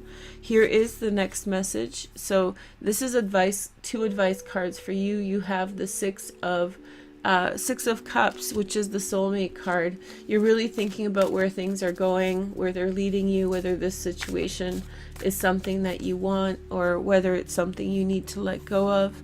The next message is the Nine of Swords, and so I feel like in some way you are needing to take a look at some personal things that are going on. I sense that with Venus retrograde in that 4th house of home and family in October, one of the main things that is going on for you is that you are checking back in with your family dynamics and family situations. So in some way you are, really kind of taking it back home. You're really kind of going back to the drawing board and trying to kind of think about think about the circumstances that were around you. And so when you think about the circumstances that were around you, you are really looking in a much smaller sphere. You're really, really focusing on what's close to heart, what's close to home. The next card are advice for your prospective partner. You have the Five of Pentacles, budgeting lessons. They will go through some difficult times, especially if they're in school. This isn't a situation where there is financial payoff, or this is genuine. I know it seems as though it's that way, but sometimes one partner is trying to achieve a goal while the other person isn't. So that's okay too. And then the next message we have is the Ace of Cups. And so I feel as though this person who you're dealing with will in some way kind of make it a priority. They'll maybe in a time when they need some money or they're struggling more on financially, you'll step up and offer something for them. And I feel like maybe that will wake them up to really recognizing how you've been feeling about things. And I think it's important for you to recognize your feelings about a situation. The outcome card is the Hermit, wisdom of solitude. So I feel like in a certain way you are kind of how do you say, you're gonna find a peaceful resolution to this. I think to this dynamic, you may actually move or change home or change your work, but I feel like in a certain way you will gain knowledge from the reflection of the situation. So the advice of the Queen of Swords may not be so off for you, but I do feel like it may come around in a different way than you expected. Okay, thank you guys so much for joining me. I hope you enjoy this reading. I'm gonna do the 3 readings on Vimeo, not the 3 readings, the bonus reading on Vimeo, and you guys can check that out down below. Okay, thank you guys so much for joining me. I will talk with you soon. Take care. Hi guys, thanks for joining me, and welcome to this reading for December 6th or the 7th for many of you, the week of. This is the new moon reading for Sagittarius, one of the most magical new moons of the year. However, this year, this new moon comes with a lot of tense energy. So we're going to take a look at the Syrian Starseed Tarot just to get familiar with the energy, okay? So your first card is the Nine of Orbs. That's the Nine of Swords, okay? Just still leave me a like and a comment. And then we have the Two of Orbs. Okay, so making peace with some hard-hitting questions. Maybe you've just recently found out some information about someone or a situation that has really got you worried or concerned. You're trying to figure out how to sort a situation out, how to move forward in a direction that's right for you. I do think that you're going to be having an okay time trying to find the right way forward. So you have to figure out exactly which way is the best way to achieve your goals and follow through with that. The sign we are reading for is Pisces. Hey Pisces, how's it going? As we speak, I'm trying to find your 2019 reading. I don't know where I put it, but let me just get your astrology chart going. And I think you guys are going to see your reading tomorrow if I'm able to find it. But here are your cards. Of course, I had to pick the big butterfly for today and then stick the biggest cards in as well. This is your chart for the new moon. As you can see, it's happening in your 10th house of career. Jupiter's here. It's not quite a conjunction, but it's close. In fact, I think that in some ways when you have this kind of radius of about 9 degrees, then Jupiter kind of gets burned up here by the sun's energy. It's fine. You guys will be okay. It's just still opportunities coming to you in your career, but I do have a sense that there's a lot to talk about. There's a lot to deal with in your current circumstances. Energetically, your best bet is to focus in on this position here. This is Vesta in your 12th house. She's actually in a conjunction with with Altair. And so this is a very important fixed star. Vesta is an asteroid. And so this sextile to the new moon is giving you some kind of spiritual resonance in trying to assert what you want in your career. So your goal through this transit is to just put your foot down on something and really apply that kind of spiritual force coming in from your insight and enlightenment with regard to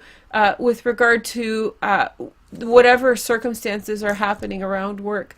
Around work, it could be feeling like there's a lot of stuff going on around you. There could be a lot of interpersonal conflicts at this time. In fact, you might feel like you're speaking from a peripheral place. What that means is you may have felt that in a circumstance, it doesn't have to be at work, you've been pushed to the side in some way, and now you're speaking out from the side.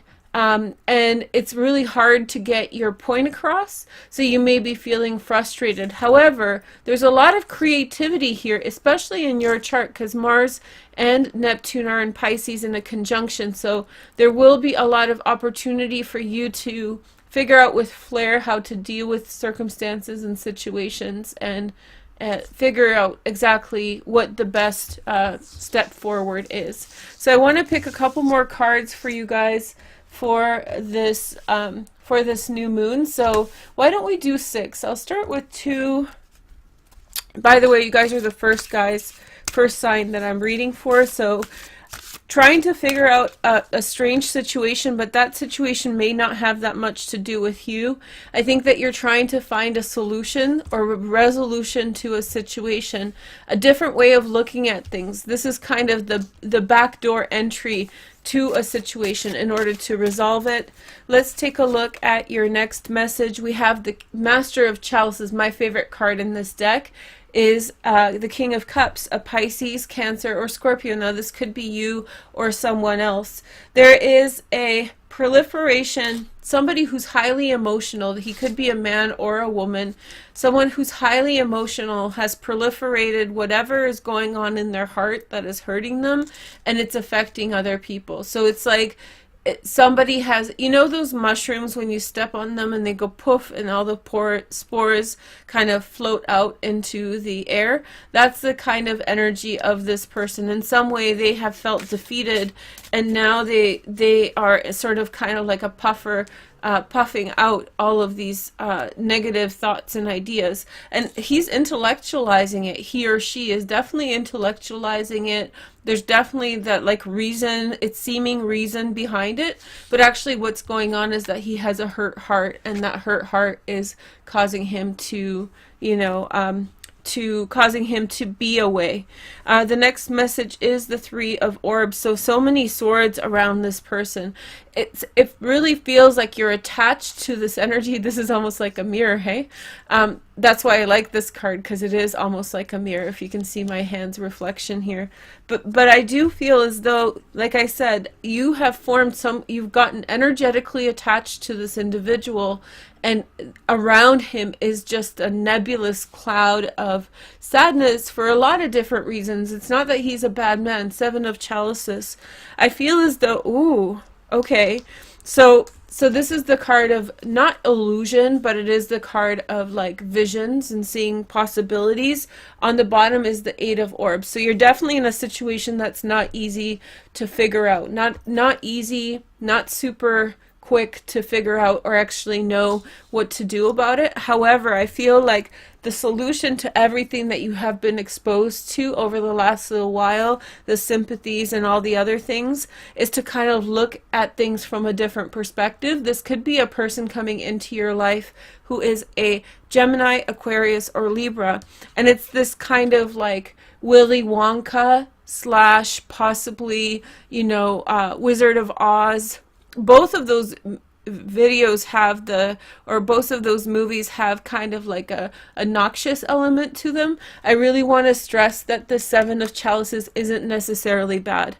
So it's like the way you get out of this is to just fly away to Netherworld. I'm getting horror and children's movies mixed up, but fly away to Netherland, you know, go away to Fantasia, find your space, adult space of dreams and visions, and finding something beautiful, even if the current circumstances have been quite weighing you down. And that's that Mars with Neptune, and also Vesta with Altair from your spiritual house, the 12th house.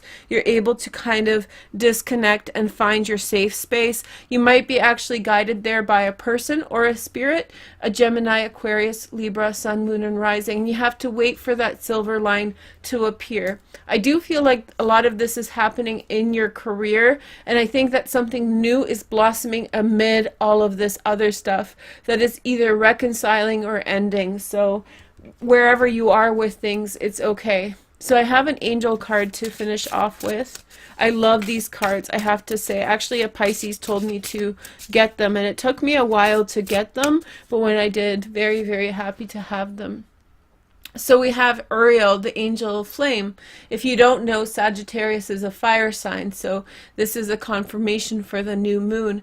And I feel like the only solution for so many swords sometimes is fire. So in terms of elemental hierarchy, fire is above air. Now, I don't want to start having you compare yourself to other signs and whatnot, but it is a higher position. And so, but it's almost like rock, paper, and scissors. Oh, that's right. That's what I want to do with you guys. I forgot. But it's like rock, paper, or scissors. I'll introduce it by using this as an example.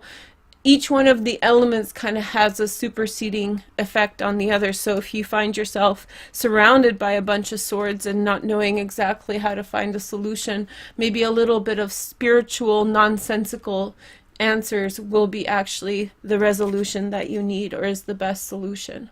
So what I wanted to introduce you guys to is my rock, paper, scissors game at the end of the video, and you guys can watch for your sun, moon, and rising, of course, and then sun, moon, and rising, of course, and do it again. But I'm going to play rock, paper, and scissors with you guys at the end of this video. And if you want to play it with me and ask a question, depending on if you win or lose, that is the answer that you'll get. So you can kind of figure out, like, if I win, the answer is yes. If I lose, the answer is no. Ready? So rock, paper, scissors. 1, 2, 3. Okay, so that's your answer for this new moon. I hope you guys have a wonderful day, and I wish you guys all the best. It is a tough energy. You can get through it, and I feel like your answer is in your imagination. Take care. Bye-bye. Hi guys, thanks for joining me, and welcome to this reading for December 6th or the 7th for many of you, the week of. This is the new moon reading for Sagittarius, one of the most magical new moons of the year. However, this year, this new moon comes with a lot of tense energy. So we're going to take a look at the Syrian Starseed Tarot just to get familiar with the energy, okay? So your first card is the Nine of Orbs. That's the Nine of Swords, okay? Just still leave me a like and a comment. And then we have the Two of Orbs. Okay, so making peace with some hard-hitting questions. Maybe you've just recently found out some information about someone or a situation that has really got you worried or concerned. You're trying to figure out how to sort a situation out, how to move forward in a direction that's right for you. I do think that you're going to be having an okay time trying to find the right way forward. So you have to figure out exactly which way is the best way to achieve your goals and follow through with that. The sign we are reading for is Pisces. Hey Pisces, how's it going? As we speak, I'm trying to find your 2019 reading. I don't know where I put it, but let me just get your astrology chart going. And I think you guys are going to see your reading tomorrow if I'm able to find it. But here are your cards. Of course, I had to pick the big butterfly for today and then stick the biggest cards in as well. This is your chart for the new moon. As you can see, it's happening in your 10th house of career. Jupiter is here. It's not quite a conjunction, but it's close. In fact, I think that in some ways, when you have this kind of radius of about 9 degrees, then Jupiter kind of gets burned up here by the sun's energy. It's fine. You guys will be okay. It's just still opportunities coming to you in your career, but I do have a sense that there's a lot to talk about. There's a lot to deal with in your current circumstances. Energetically, your best bet is to focus in on this position here. This is Vesta in your 12th house. She's actually in a conjunction with Altair, and so this is a very important fixed star. Vesta is an asteroid, and so this sextile to the new moon is giving you some kind of spiritual resonance in trying to assert what you want in your career. So your goal through this transit is to just put your foot down on something and really apply that kind of spiritual force coming in from your insight and enlightenment with regard to whatever circumstances are happening around work. Around work, it could be feeling like there's a lot of stuff going on around you. There could be a lot of interpersonal conflicts at this time. In fact, you might feel like you're speaking from a peripheral place. What that means is you may have felt that in a circumstance, it doesn't have to be at work, you've been pushed to the side in some way, and now you're speaking out from the side. And it's really hard to get your point across, so you may be feeling frustrated. However, there's a lot of creativity here, especially in your chart, because Mars and Neptune are in Pisces in a conjunction, so there will be a lot of opportunity for you to figure out with flair how to deal with circumstances and situations, and figure out exactly what the best step forward is. So I want to pick a couple more cards for you guys for this new moon. So why don't we do 6? I'll start with 2. By the way, you guys are the first sign that I'm reading for, so trying to figure out a strange situation, but that situation may not have that much to do with you. I think that you're trying to find a solution or a resolution to a situation, a different way of looking at things. This is kind of the backdoor entry to a situation in order to resolve it. Let's take a look at your next message. We have the Master of Chalices. My favorite card in this deck is the King of Cups, a Pisces, Cancer, or Scorpio. Now this could be you or someone else. There is a proliferation, somebody who's highly emotional. He could be a man or a woman. Someone who's highly emotional has proliferated whatever is going on in their heart that is hurting them, and it's affecting other people. So it's like somebody has, you know those mushrooms when you step on them and they go poof and all the spores kind of float out into the air? That's the kind of energy of this person. In some way they have felt defeated, and now they are sort of kind of like a puffer, puffing out all of these negative thoughts and ideas, and he's intellectualizing it. He or she is definitely intellectualizing it. There's definitely that like reason, it's seeming reason behind it, but actually what's going on is that he has a hurt heart, and that hurt heart is causing him to, causing him to be away. The next message is the 3 of Orbs. So many swords around this person. It really feels like you're attached to this energy. This is almost like a mirror, hey? That's why I like this card, because it is almost like a mirror, if you can see my hand's reflection here. But I do feel as though, like I said, you have formed you've gotten energetically attached to this individual, and around him is just a nebulous cloud of sadness for a lot of different reasons. It's not that he's a bad man. 7 of Chalices. I feel as though, ooh, okay, so this is the card of not illusion, but it is the card of like visions and seeing possibilities. On the bottom is the 8 of Orbs. So you're definitely in a situation that's not easy to figure out. Not easy, not super quick to figure out or actually know what to do about it. However, I feel like the solution to everything that you have been exposed to over the last little while, the sympathies and all the other things, is to kind of look at things from a different perspective. This could be a person coming into your life who is a Gemini, Aquarius, or Libra, and it's this kind of like Willy Wonka slash possibly, you know, Wizard of Oz. Both of those videos have both of those movies have kind of like a noxious element to them. I really want to stress that the Seven of Chalices isn't necessarily bad. So it's like the way you get out of this is to just fly away to Netherworld. I'm getting horror and children's movies mixed up, but fly away to Netherland, you know, go away to Fantasia, find your space, adult space of dreams and visions, and finding something beautiful, even if the current circumstances have been quite weighing you down. And that's that Mars with Neptune, and also Vesta with Altair from your spiritual house, the 12th house. You're able to kind of disconnect and find your safe space. You might be actually guided there by a person or a spirit, a Gemini, Aquarius, Libra, Sun, Moon, and Rising. And you have to wait for that silver line to appear. I do feel like a lot of this is happening in your career, and I think that something new is blossoming amid all of this other stuff that is either reconciling or ending. So wherever you are with things, it's okay. So I have an angel card to finish off with.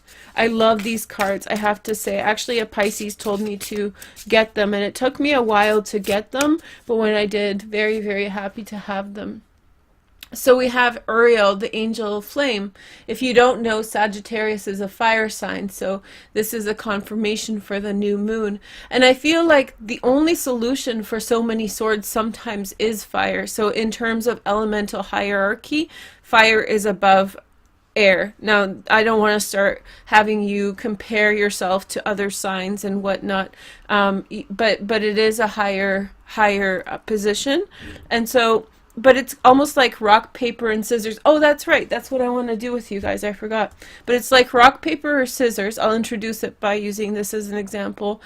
Each one of the elements kind of has a superseding effect on the other. So if you find yourself surrounded by a bunch of swords and not knowing exactly how to find a solution, maybe a little bit of spiritual, nonsensical answers will be actually the resolution that you need, or is the best solution. So what I wanted to introduce you guys to is my rock, paper, scissors game at the end of the video, and you guys can watch for your sun, moon, and rising, of course, and then sun, moon, and rising, of course, and do it again. But I'm going to play rock, paper, and scissors with you guys at the end of this video, and if you want to play it with me and ask a question, depending on if you win or lose, that is the answer that you'll get. So you can kind of figure out, like, if I win, the answer is yes. If I lose, the answer is no. Ready? So rock, paper, scissors. 1, 2, 3. Okay, so that's your answer for this new moon. I hope you guys have a wonderful day, and I wish you guys all the best. It is a tough energy. You can get through it, and I feel like your answer is in your imagination. Take care. Bye-bye. Hey Leo, welcome to your video for November. I'm excited to be here with you guys. I filmed this a while ago, so I'm just coming back to it now. And we're going to do tarot and astrology today. Oops, sorry, autofocus is on. We're going to turn it off. First step first. And you guys can like and comment as I'm turning off the autofocus. Thank you. And I hope you guys are doing well. You'll notice in a few of the videos I do an extra reading at the end. We're going to publish that separate because those videos were turning out super long, super like just too much. So you guys are going to get your reading. It's going to be posted separate in about a week or so, whenever we get around to it, whenever's a good time to do it. YouTube limits how much I can really post at a time, so if you're wondering why that is, that's why. So I want to just fit it in perfect.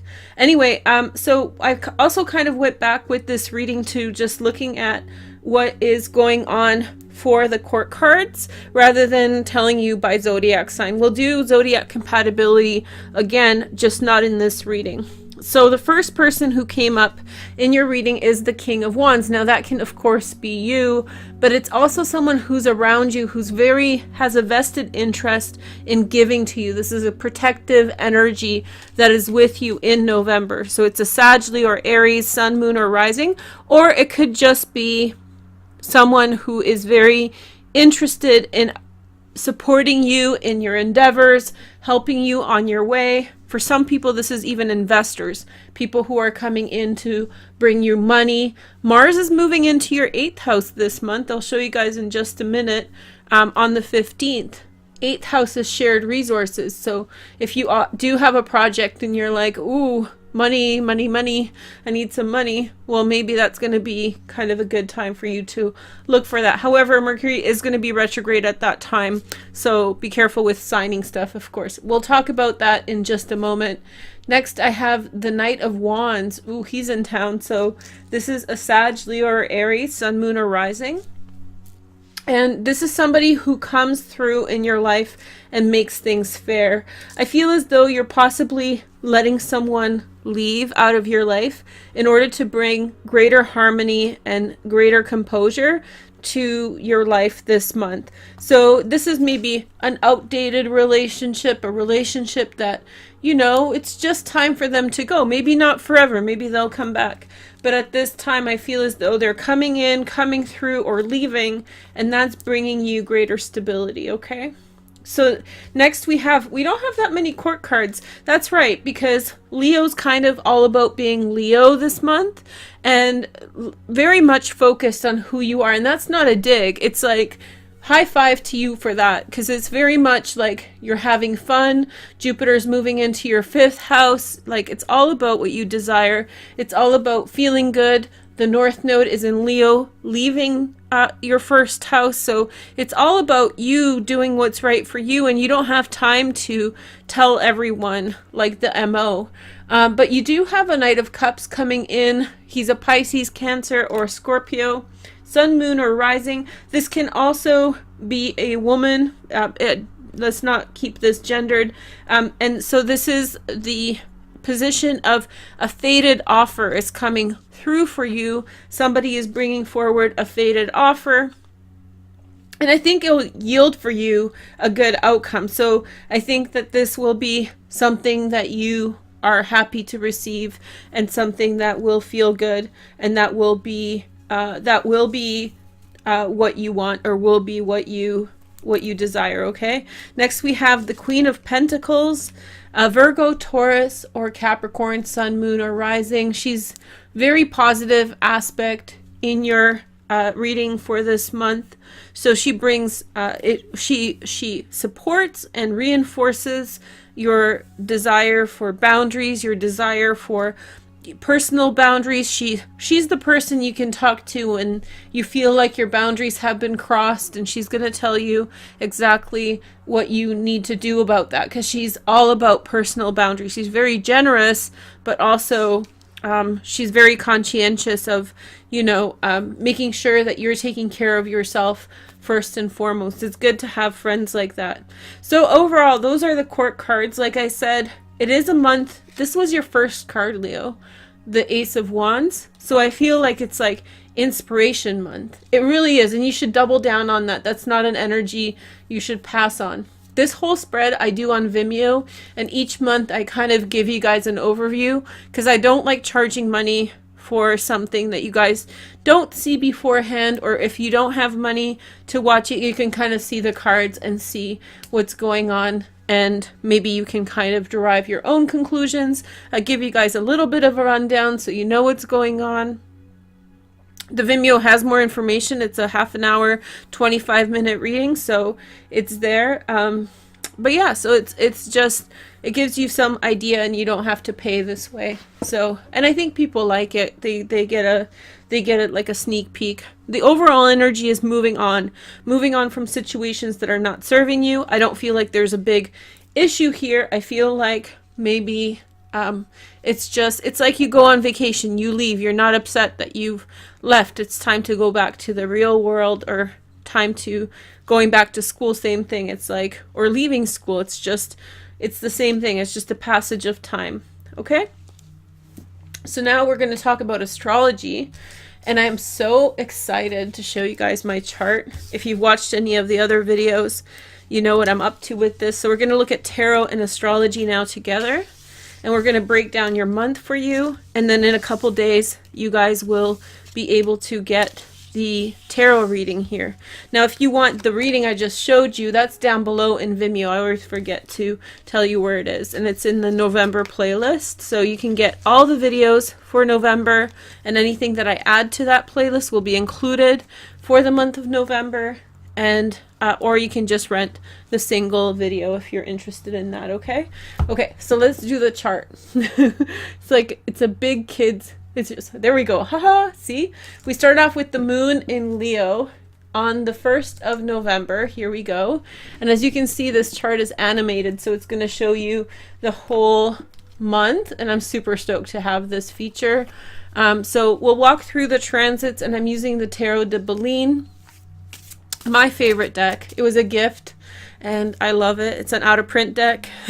I think you can get it some places, but it's quite expensive, so I don't know. It is what it is. It's a Marseille style deck. You guys can probably find a cheaper version on Amazon. Okay, so November 6th, we see Uranus moving into Aries, which is your sister sign, and that's over here. And so that's at the top of your chart. Quite innovative time, Leo. You should be really open to considering different ways of looking at your life, different ways of living your life, different approaches. Uranus will go back into Aries for about 4 or 5 months. This will give you more new ideas. You should be writing down your ideas. Uranus will not be in your 9th house for 84 years. Well, technically like 77, because it takes 84 years back to this point. So you got to subtract about 7 for, it's not specifically, it's not equal, but it's about 7 years here. So about 77 years. I don't know if I'm up for living 77 or more years, so maybe for you this is a time to kind of take a look at what ideas are coming to mind, take a look at kind of the ingenuity that Uranus brings to the 9th house, use it to your best advantage, and then see. These cards fell down and the sun's here, so let's look at them. So you have a blessed card, a blessing card. We have the sun. We have the Queen of Pentacles, a Virgo, Taurus, or Capricorn. Remember, she showed up in your Vimeo reading. She was actually in the sun position, so a very blessed transit. And then the 8 of Pentacles, which is sun in Virgo. So I don't know if you're dealing with a Virgo, a Capricorn, or a Taurus, but I feel as though you are being guided towards the right place at the right time, and there's a lot of productivity here. Uranus in the 10th house is one of my favorite transits for Uranus. It represents a time in your life in which you will have a great opportunity to do different things in terms of your career than ever before. So it's exciting, and I think that right now you should be really excited about your ideas, really invigorated, and look forward to them, okay? The next transit that I want to show you guys is the moon creating a new moon in Scorpio at 15 degrees Scorpio on the 7th of November. So this is going to happen here. The moon is just finishing up its transit. So your Scorpio house is the 4th house of home and family. So new beginnings and homes, new beginnings with family members, improvements of family relationships. This is a really good time to talk with your family. Venus has just been retrograde through this house, so a lot of stuff has already been worked through, but will continue to improve. And so this is a wonderful time. Jupiter is still in Scorpio through this new moon, and what that means is that you are essentially able to really put a wish out there in terms of what you want to happen in your family, okay? So let's put a pause to the animation for a moment, and I'm just going to show you 3 cards. So we have the 8 of Wands, and then we have the 2 of Swords, And then we have the Three of Wands. So it looks as though there's like a turning over a new leaf, beginning a new venture. Maybe you and a family member want to start a new business. Remember Mars in the 8th house.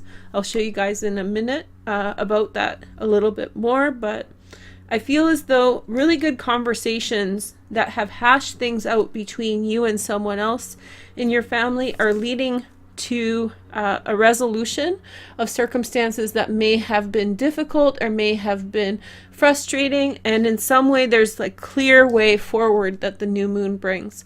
I'll probably do a dedicated video for the new moon, so just hold tight with that. Okay, so the next transit I want to show you guys is the big showstopper, Jupiter moving into Sag. And so that's in your 5th house. This is why this month is going to be so exciting and so fun for you. Actually, the whole year should be really positive. Your life will pick up for 13 months and you should be full of excitement, lots of cool people, lots of opportunities, just on the up and up. Jupiter in the 5th house is just good luck. The 5th house is children. So for some of you, pregnancy, yes. And then for some of you, this is romance. So Jupiter in the 5th house is one of those transits when people have that happening. It's a really good time for falling in love, but it's the romantic type of love. This is like your romance, you know, romance novel type style of relationship. It can be very good. Let's pick 3 cards as an overview. I'll definitely dedicate a video for Jupiter and Sag. I don't know how we're going to do all these videos because there's so much in November. We have the 8 of Rods, okay? We have the 8 of Rods. Good luck, opportunity, kind words. This is Mercury in Sagittarius, by the way, and Mercury's in Sag right now. So you're going to see that. Also, Mercury's about to go retrograde. I'll show you in a moment. We have the Justice card, and then we have the Queen of Cups, okay? So Pisces, Cancer, or Scorpio, I feel like you are going to have an important conversation with someone with whom I feel as though you're going to have an important conversation with someone about something that's going to bring great happiness into your life. For some of you, this is friendship. For others, it's some other kind of news or conversation that will get the ball rolling in a very positive direction for you in your life, and you should be very excited about it. This will bring fairness and order into circumstances in which you possibly may have experienced some kind of limitation or some kind of unfairness. And I feel like she's coming in some way to bless this situation. They see your good faith, they see your positive energy, and I think she's coming in to support. She's a counselor. That's the technical term for this card. So she's considerate. She values people. She values their emotions. So you have the right person on your side at this time. You have the right person kind of listening, the right person paying attention, okay? Okay. So next we have Mars into Pisces. And so that's going to happen on the 15th. And like I said, really good time for investments, really a good time for joining forces with other people on joint financial ventures. Really be careful with saying too many things. We don't have a our full moon in Gemini will happen when Mars is in Pisces.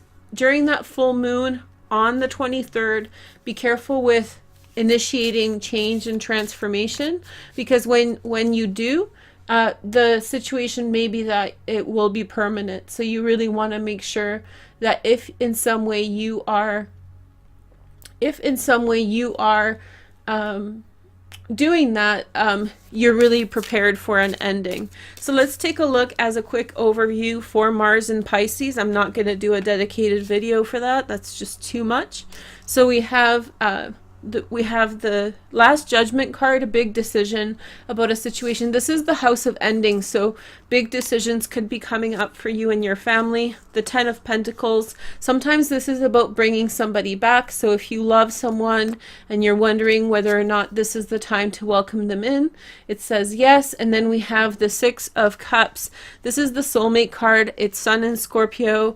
We saw this also in the other reading, I believe. We have Jupiter, Capricorn, Jupiter and Capricorn. These cards are made from really old a really old deck of cards, so the astrological association is different. I don't think they even have like Pluto, you know, there's no such thing in these cards, or there's no Uranus either, Neptune. So anyway, so we just have to deal with all of these things. But I feel as though a decision has been made or is being made with regard to shared finances, shared resources. And there's a real kind of appreciation for things in the past and really welcoming back in that energy, okay? So that's exciting there. That's Mars in Pisces, and that happens on the 15th of November. So the reason I pulled the video back and paused it is I wanted to show you this transit. So technically we're looking at November 13th through about the 15th. When the moon is in Aquarius, on those days, you want to write that down in your calendar. It's a really good transit for love, much more a partnership related than romantic. And yes, there are massive grand crosses and squares which take away from that energy somewhat. But every single month that the moon is in Aquarius, I would encourage you to really take a look at what's going on for you in terms of relationships. Also, the moon on the 13th creates a conjunction with the South Node, and so this will allow you to heal some really deep karma with regard to partnerships, some really deep patterns with partnerships that may in some way be holding you back, that may in some way be haunting you. And it's the last time that the nodes will be in this position for 20 years, 18 years specifically. So this conjunction on the 13th is actually really critical if you want to change something in terms of the way that you have relationships, enter into relationships, all of that stuff. The next transit is Venus direct. That happens in your 3rd house. So it gives you real crystal clear vision of who you are. You've done a big reset while Venus was retrograde, and now you know which way to go forward. It's that whole, you know, here I am, here's my energy, you know, welcome world, I've been reborn. Let's see what cards you get. You have the 10 of Wands. So this is for this transit, Venus direct, and I'm going to pause the video so we don't get too far ahead of ourselves. And then we have the Temperance card, and then we have the 4 of Cups.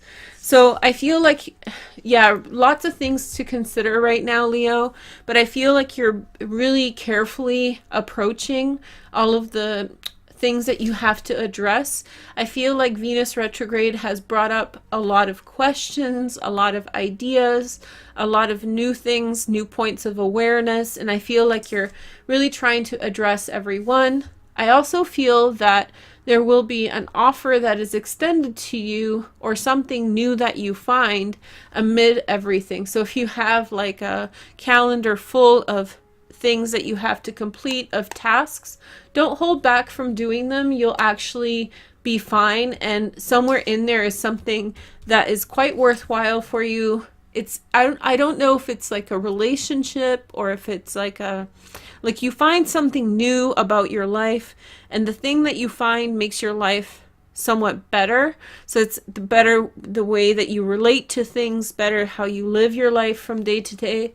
It could be even an Instagram post that makes you laugh and brings you awareness. So somewhere amid all the chaos and fervor of Venus retrograde and the aftermath is something really good for you, Leo. So keep an eye out for that, especially in the mid-month. Okay, we also have Mercury retrograde, so it's a month full of retrogrades from Venus retrograde, and then we have Mercury here in Sagittarius going retrograde in your 5th house. So if you do meet someone, Jupiter's in your 5th house, so you could meet someone. Be careful to say too much right off the bat. You may want to hold back, especially with conversations about relationships, until the first week of December. So give yourself room to do that, and when you do, you will have the opportunity to, in some way kind of get a good start. But Mercury retrograde, if there's a romance that you have not necessarily visited, or if there's a romance that kind of flew through your fingertips and you weren't able to lock down, between the 16th and December something, 10th or something, is a really wonderful time for you to let that person know how you feel. Likewise, if you got into a fight with a boyfriend or with a girlfriend, then maybe this is a time to rehash those things. This is girlfriend, boyfriend energy. This is husband, wife. Here is the next message. We have the 8 of Pentacles, okay? And then we have the Fool. And then we have the Strength card. Okay, so I feel like maybe, let's see, this is your card, this is you. I feel as though you worked hard to get to where you are, and essentially this is fun time.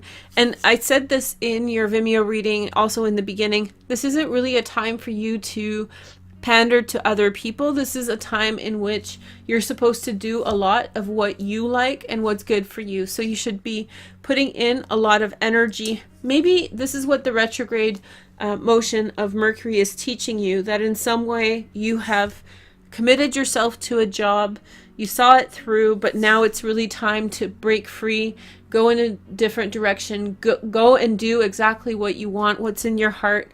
The 5th house is my favorite house because it's about desire, and it's about joy, and it's about the direction that we want to go. It's the things that put happiness in our heart. It's hedonistic, it's great, it's the solar plexus.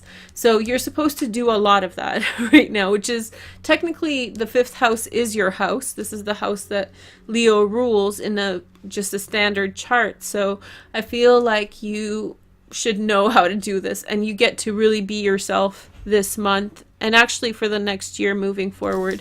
Okay, so the next message is for, oh, we have the nodal change. Okay, so the nodes shift also on the 16th. See, on the 15th and 16th is a lot of changes that are going on. I am going to dedicate a video to this, so stay tuned for that. But the north node moves into your 12th house, and the south node moves into your 6th house. And as a Virgo, I just went through this last year, so expect a year in which you are going to do like a lot of work on yourself. There's going to be a lot of things behind the scenes that other people will not understand.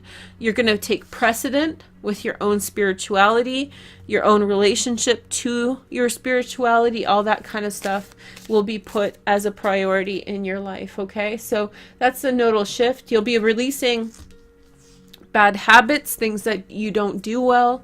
This will be a reset for you in terms of doing things differently. As a Virgo, I never had this transit, but you have Saturn and Pluto here as well. So a lot of this will be really, really deep work, really deep work with regard to how your life is progressing and the things that you are doing. We have the King of Swords. We have the 2 of Cups. Oh, hey girl, hey, here we go.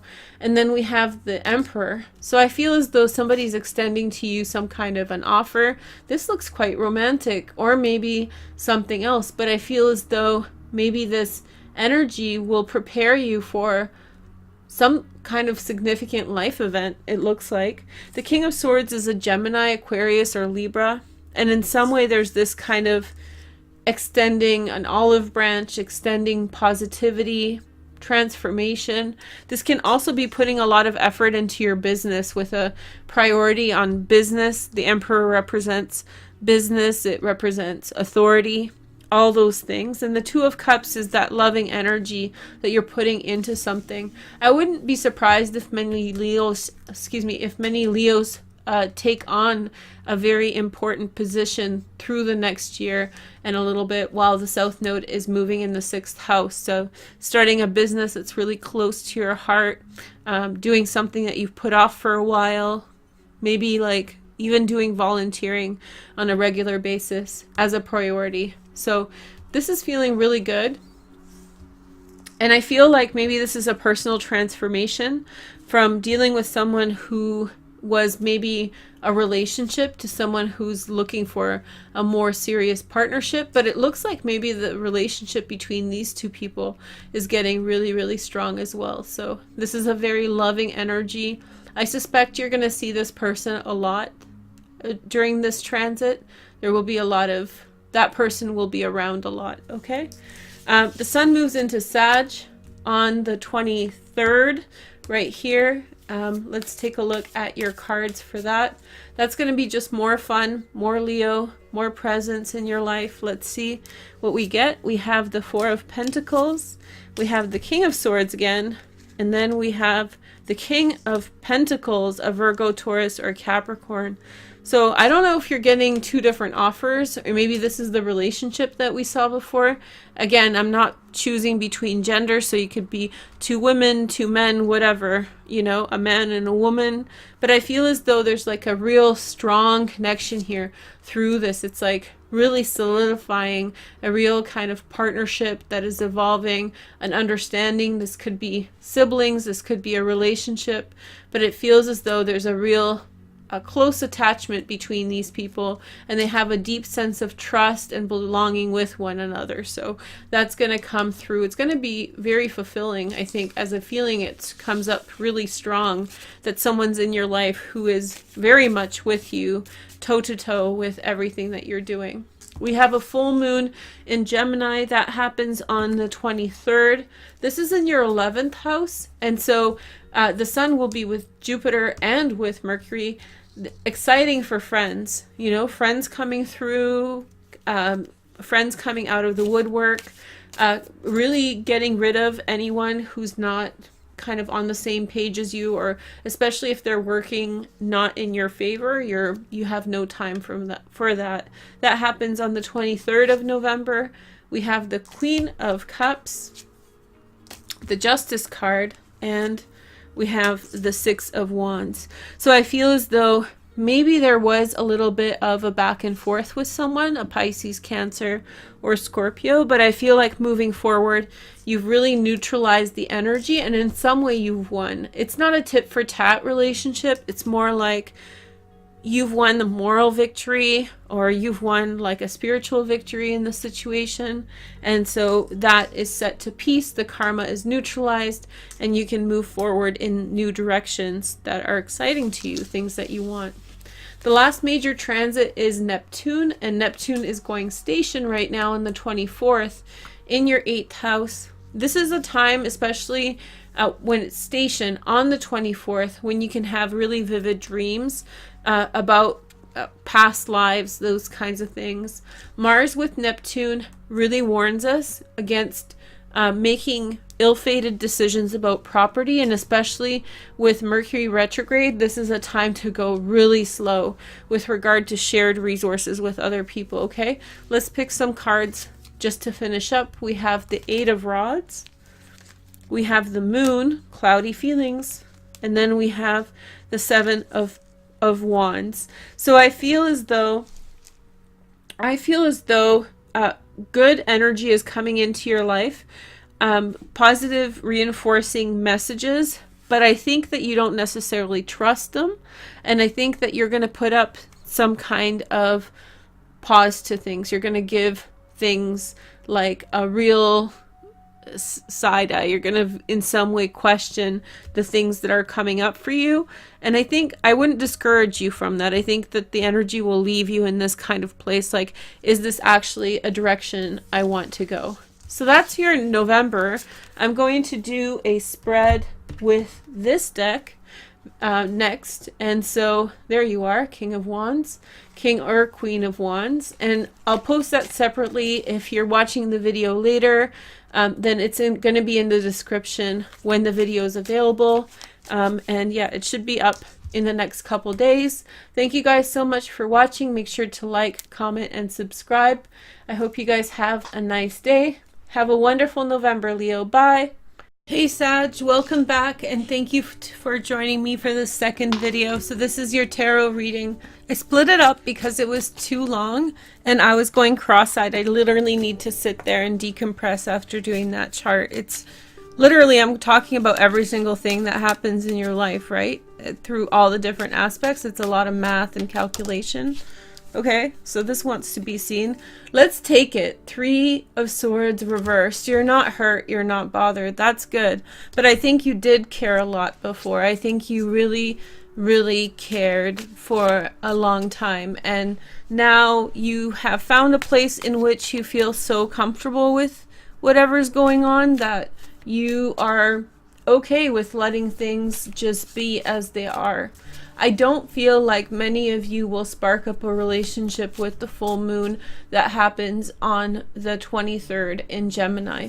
I think you're going to have to wait until Juno gets in here, and you will have a much better time in the spring, or maybe in the winter time. So you are going to have maybe the beginning. I think what this full moon on the 23rd of November is actually bringing for you is recalibration. And what that means is that you are in some way really getting in touch with what's important and giving yourself the opportunity to dare I want something, dare I say I want this or that, you know. Here is your next cards. They're jumping. This is the Blanco Nero Tarot. By the way, I just kind of got into this because this card fell out, but if you could leave a like and a comment, I greatly appreciate it. And I want to wish you guys a happy birthday for all my November Saggies. Saggies. Yeah. Okay, so let's see your crossing card. We have the Ace of Swords. And so I feel as though you are saying things to people, and you're hearing things from people. You're saying things to people, hearing things from people that in some way are clarifying things and bringing light into... What is this? Jesus, look at this. Okay, the Devil and the Fool. And we have the Ace of Wands, the Emperor. You've got Justice, Five of Cups, the Hierophant, and the King of Cups. Let's look at this. This is relevant. So I planned a Celtic cross. That's what we're going to do. But since all this wanted to be seen, there's a High Priestess who is... There's an Oracle that is not good. There's an Oracle that is in collusion with the Devil. Mr. Devil is in the house. Yes. And I think that this is you going off. And I think you've realized how much it's poisoned you and how much it's been not a good energy for you. And I think that that's part of the not being so bothered so much. And then we have the Ace of Wands from the Emperor and Justice. I feel like something is been made fair, but I think you still sympathize. I think you still sympathize, and I think that you still feel compassion for the situation. It's weird, but this card is damaged. It's not anybody's fault, and I can't turn on autofocus, but it seems to be right in the heart, hey? The Five of Cups. It's like, but that's where the hope is. It's within your heart. I like the way it damaged the card because it has this kind of leftover nuance. The love is still there. There's still compassion for things that have been made fair and even. A new beginning. And then also Hierophant with the King of Cups. Marriage, this could be Taurus. Marriage, and maybe amid all of this stuff, I feel like you're getting great clarity in November. That's what it looks like to me. Great clarity in the month. I got completely distracted by the cards jumping out, which I think is a really big deal for you guys because I feel connected to Sag. It's most of my first house. I'm a very like Neptune driven person. Uranus, Neptune, and Pluto are like my planets of choice. Not choice, it's just been given to me that way, you know, and Venus. But anyway, all of them. I'll take everything. But I think that for Sag, I feel really connected to Sag. It's one of those signs when I read it, when I used to pick the order, I would put Sag last because it's easier to read Sag last because I'm more excited to read it. No offense to the other signs. So it's like I would put it off to the end because filming so many videos, it's a bit of a daunting feat. So if you put the videos you want to see last, then it's motivation, and then you have the payoff. Okay, but let's talk about this and then we'll do the Celtic cross because I think that this is relevant. I feel as though this is like Lilith with the sun, you know, and in some way there's been some type of collusion. Maybe the High Priestess in and of herself isn't toxic, but that she's let a demon into her heart. She's allowed to be perverted, and she's in some way now functioning as a vehicle for other energies. So whoever you're dealing with, this could be a man or a woman, but in some way you know that this combination, they're not going anywhere fast, and your best bet is to dip and to leave. One of my favorite Fool cards. I love the hat. The illustrations on these cards are just my cup of tea. So I feel like there is definitely movement. This is the key symbolic reading. I found that these readings, these Celtic cross readings I'm doing for you guys, are essentially like a summary of the Vimeo and of the free astrology tarot reading I just mentioned. They're in your playlist down below. But I feel like when I've been doing these, it's like, clarity. Now it's like one aspect of what we were talking about. So we're focusing in deeper and deeper with each reading. I'm really feeling the vibe on this. So watch it in that order. If you want to, watch the Vimeo first, if you guys are, and then watch the free tarot reading on YouTube. And then you can just watch the free tarot reading. I'm just telling you how it is. And then there's this, and this is like the magnifying glass reading, you know. Someone remind me to call this the magnifying glass reading. We have a closer look. There's the Emperor looking at you. I love this. Oh, maybe I can show you guys then the heart, because I think this is one of the most operative cards for you. So you see, look at that. So you see his little, there's something in there, hey? And it's a damaged card, but I think we'll just take that on as our message, right? So there's disappointment, there's hurt feelings, but I think that there's like a glimmer of hope. Isn't that nice? There's a little glimmer of hope. I'm so glad this card is damaged. So you're busy, Sag. It looks like you're busy. You're releasing some things, and then on the other side, I feel like, what is this Ace of?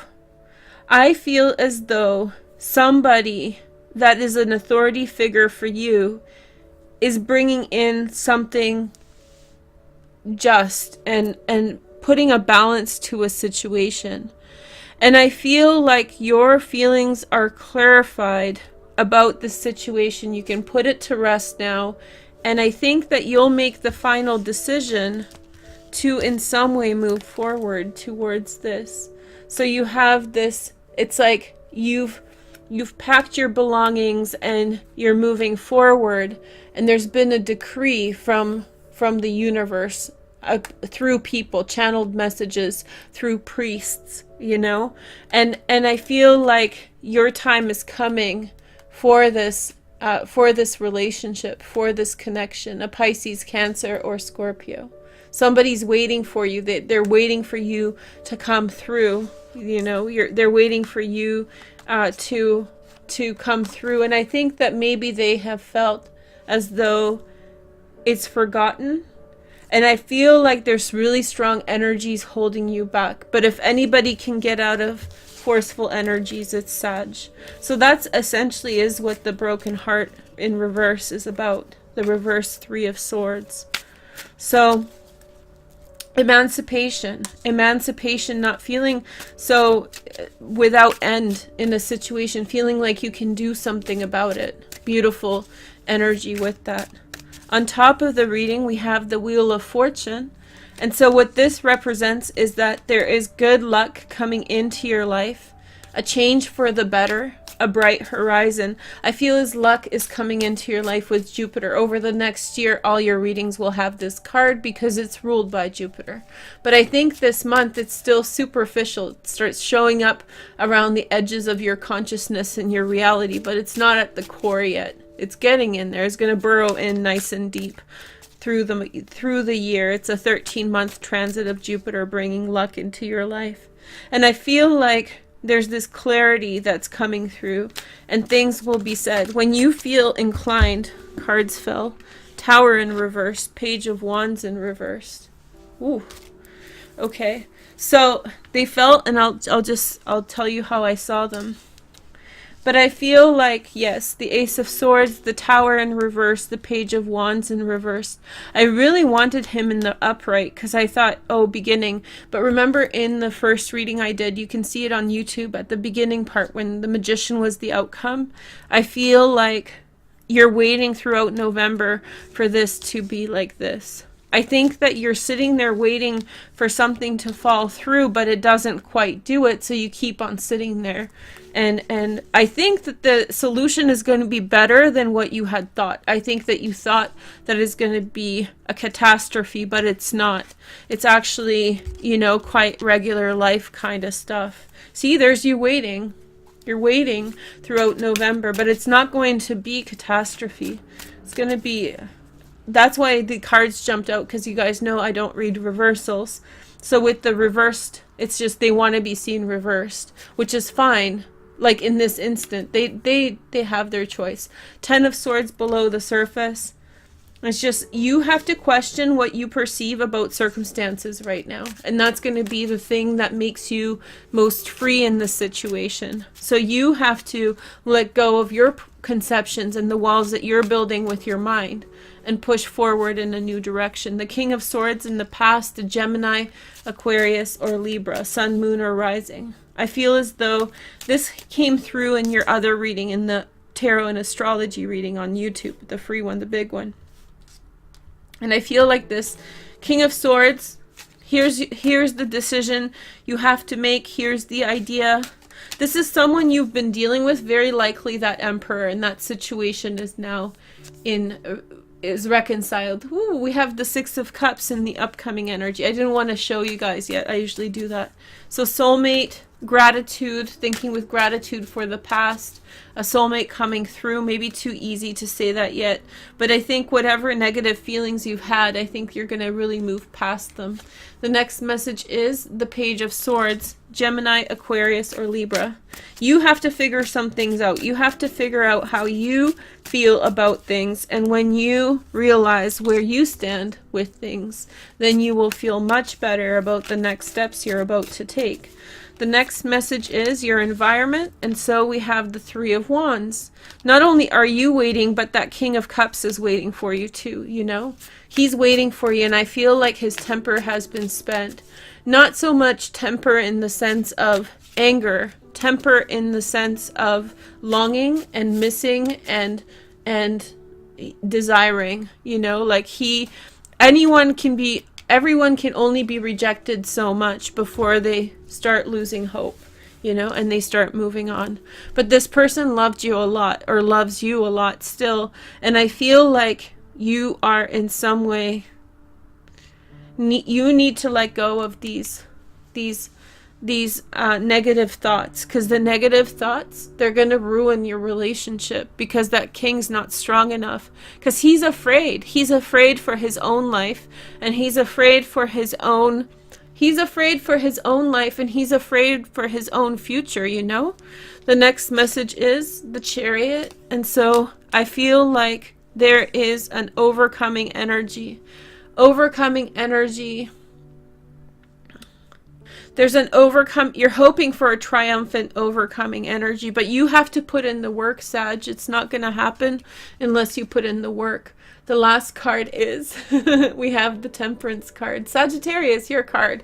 So when push comes to shoves, you know how to turn it on. You know how to make things work carefully. This is the union, so this is reinforcing the idea that things will come through for you in the way that you hope. And that King of Cups can be any sign, you know, man or woman, but it's someone who's just really wants a loving relationship with you. You have the Nine of Wands. This has been for you guys in every single reading, so it's just you barricade yourself. You've barricaded yourself and you're plotting. Sagittarius plotting is so funny because you do have that scorpionic kind of element to your sign, but you are very much of this upward and onward energy. So for you guys to kind of hunker down inside your cave, you know, it's like, you know, a fire burning inside of a cave. It's clustered. And so Yeah. And so I feel like you're plotting, but I think you're also taking action. And your actions are going to be difficult unless you address your mind. And I think that your mind is such and such because of this guy. And I don't think he was a bad guy, but I don't think that he did good things for you. It's like being around a person who has bad ideas, you know, going through their head. It rubs off on you. Okay, thank you guys so much for joining me. I think you're gonna make it happen, but it's really up for you. And yeah, I hope you guys do well. If you guys don't like my title, why don't you guys start suggesting new titles? Remember, emojis are gonna be deleted on November 9th, so you might as well not bother. Thank you so much for watching. Have a nice day. Bye. Guys, thanks for joining me and welcome to my channel. This is your reading for December 6th. I'm excited to be here for you guys. We're going to read for this sign first, or next, and I'm going to pick 2 cards from the Starseed Tarot, right? So that's how I do. Here we go. Let's try this guy. Not the easiest cards to shuffle, but they have a good payoff. So we're going to do Tarot Astrology. I have a game for you guys later. If you watch the whole video, then you get to play along. And yeah, so let's take a look at your, not your sign, let's take a look at your energy. We have the 7 of Chalices. I like the 7 of Chalices. That's Venus in Scorpio. Venus is in Scorpio right now. I'll show you guys in a minute. So there is a little bit of inspired ways of looking at things. You just got to make sure that you're grounded when you're 7 of chalicing it, you know, right? Just make sure that you have some firm foundation. And Karma, which is the Last Judgment. Ooh, big decisions coming through, hey? I feel as though maybe you get reminiscing about a situation and start considering taking it back. There is maybe some very romantic event that you are exposed to. This could be talking or connecting in some way, and you're really reconsidering taking something back. I hope that you're not being fooled. We'll see in a few moments with the other cards and the transits what's going on. So I like it, but I'm a Virgo. I'm like, I don't trust this. So anyway, let's figure it out. Here is the sign we are reading for. It's Cancer. Oh, Cancer. Cancer's reminiscing. Oh, that's so cute. You guys are always like that. Drip, drip, drip. My Venus is in Cancer, so I'm very much like that too. So I'm not picking on you. Aw. One thing, I'm not going to even go there. Let's keep it light and bright. Anyway. So...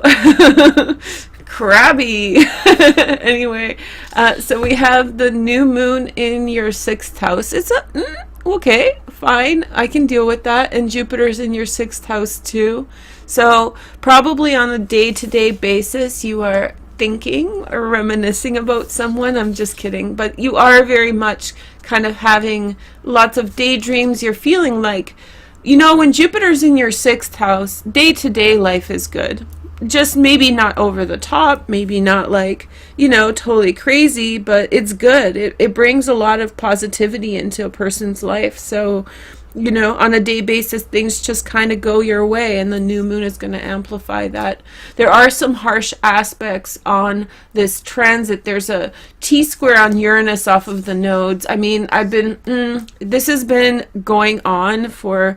This stuff's been going on far too long, Cancer. It's been going on for like 6 months or something, where the Uranus has been on a T-square, but right now it's exact, so it's exactly aligned. It's in your 10th house of career. I've been telling the other signs that this transit is kind of like, it makes us kind of dim-witted. It makes us a little bit less smart than we should be, and it's in your area of career. So don't like put your ideas out there so much. Like, this is the time, and this is including you, it's including me, it's including everyone.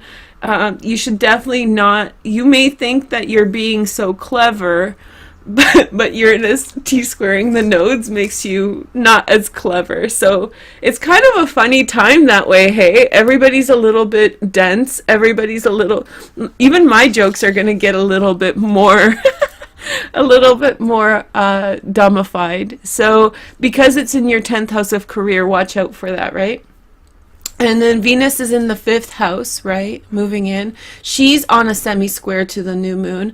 And then Vesta, who's conjunct a fixed star called Altair.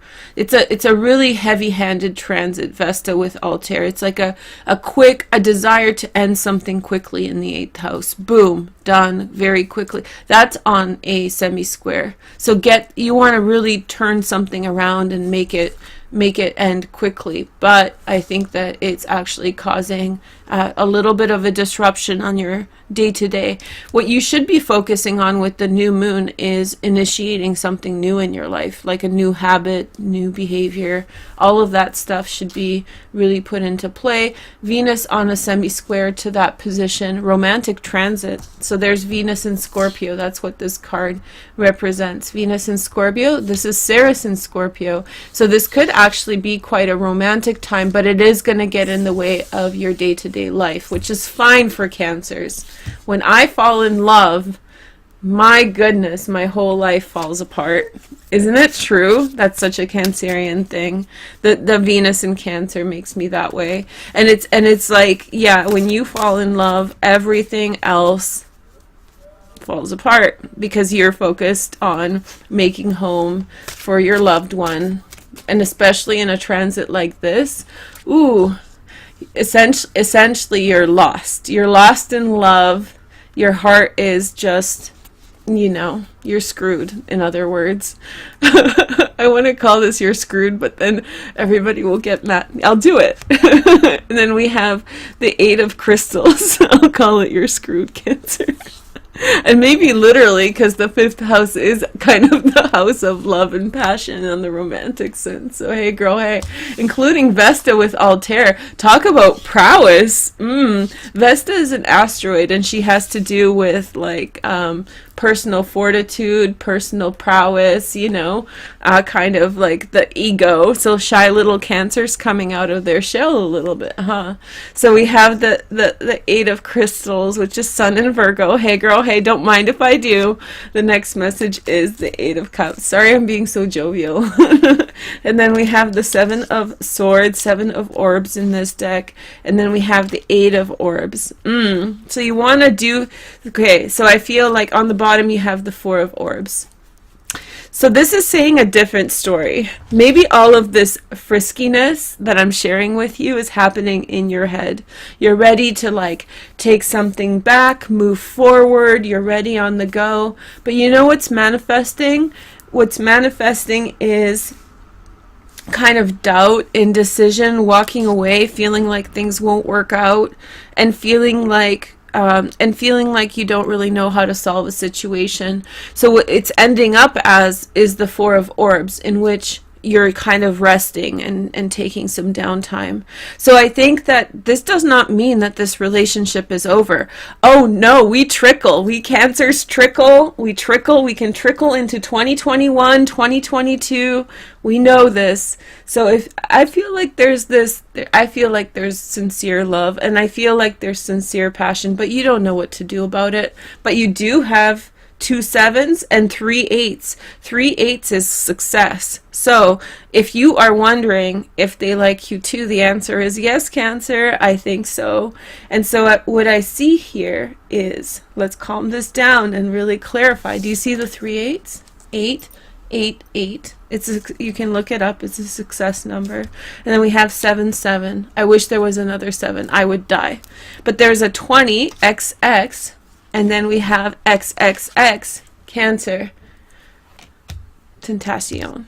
Okay, so we have 8 of Chalices, 7 of Orbs, and 8 of Orbs. That's a problem. That's a problem in action. Like, but remember, it's a new moon, right? And there's all these squares.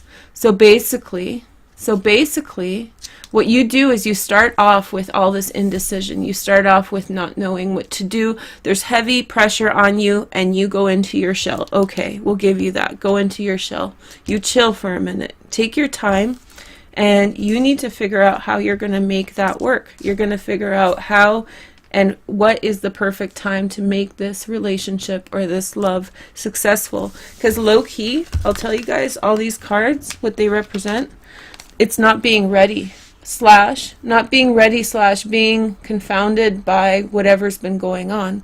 And that doesn't mean it's over. It means that somebody needs to go to the drawing board and figure out exactly how they are going to manifest the things that they want, all the visions and all the taking people back, all the trickling and all the practical work you're willing to put into it.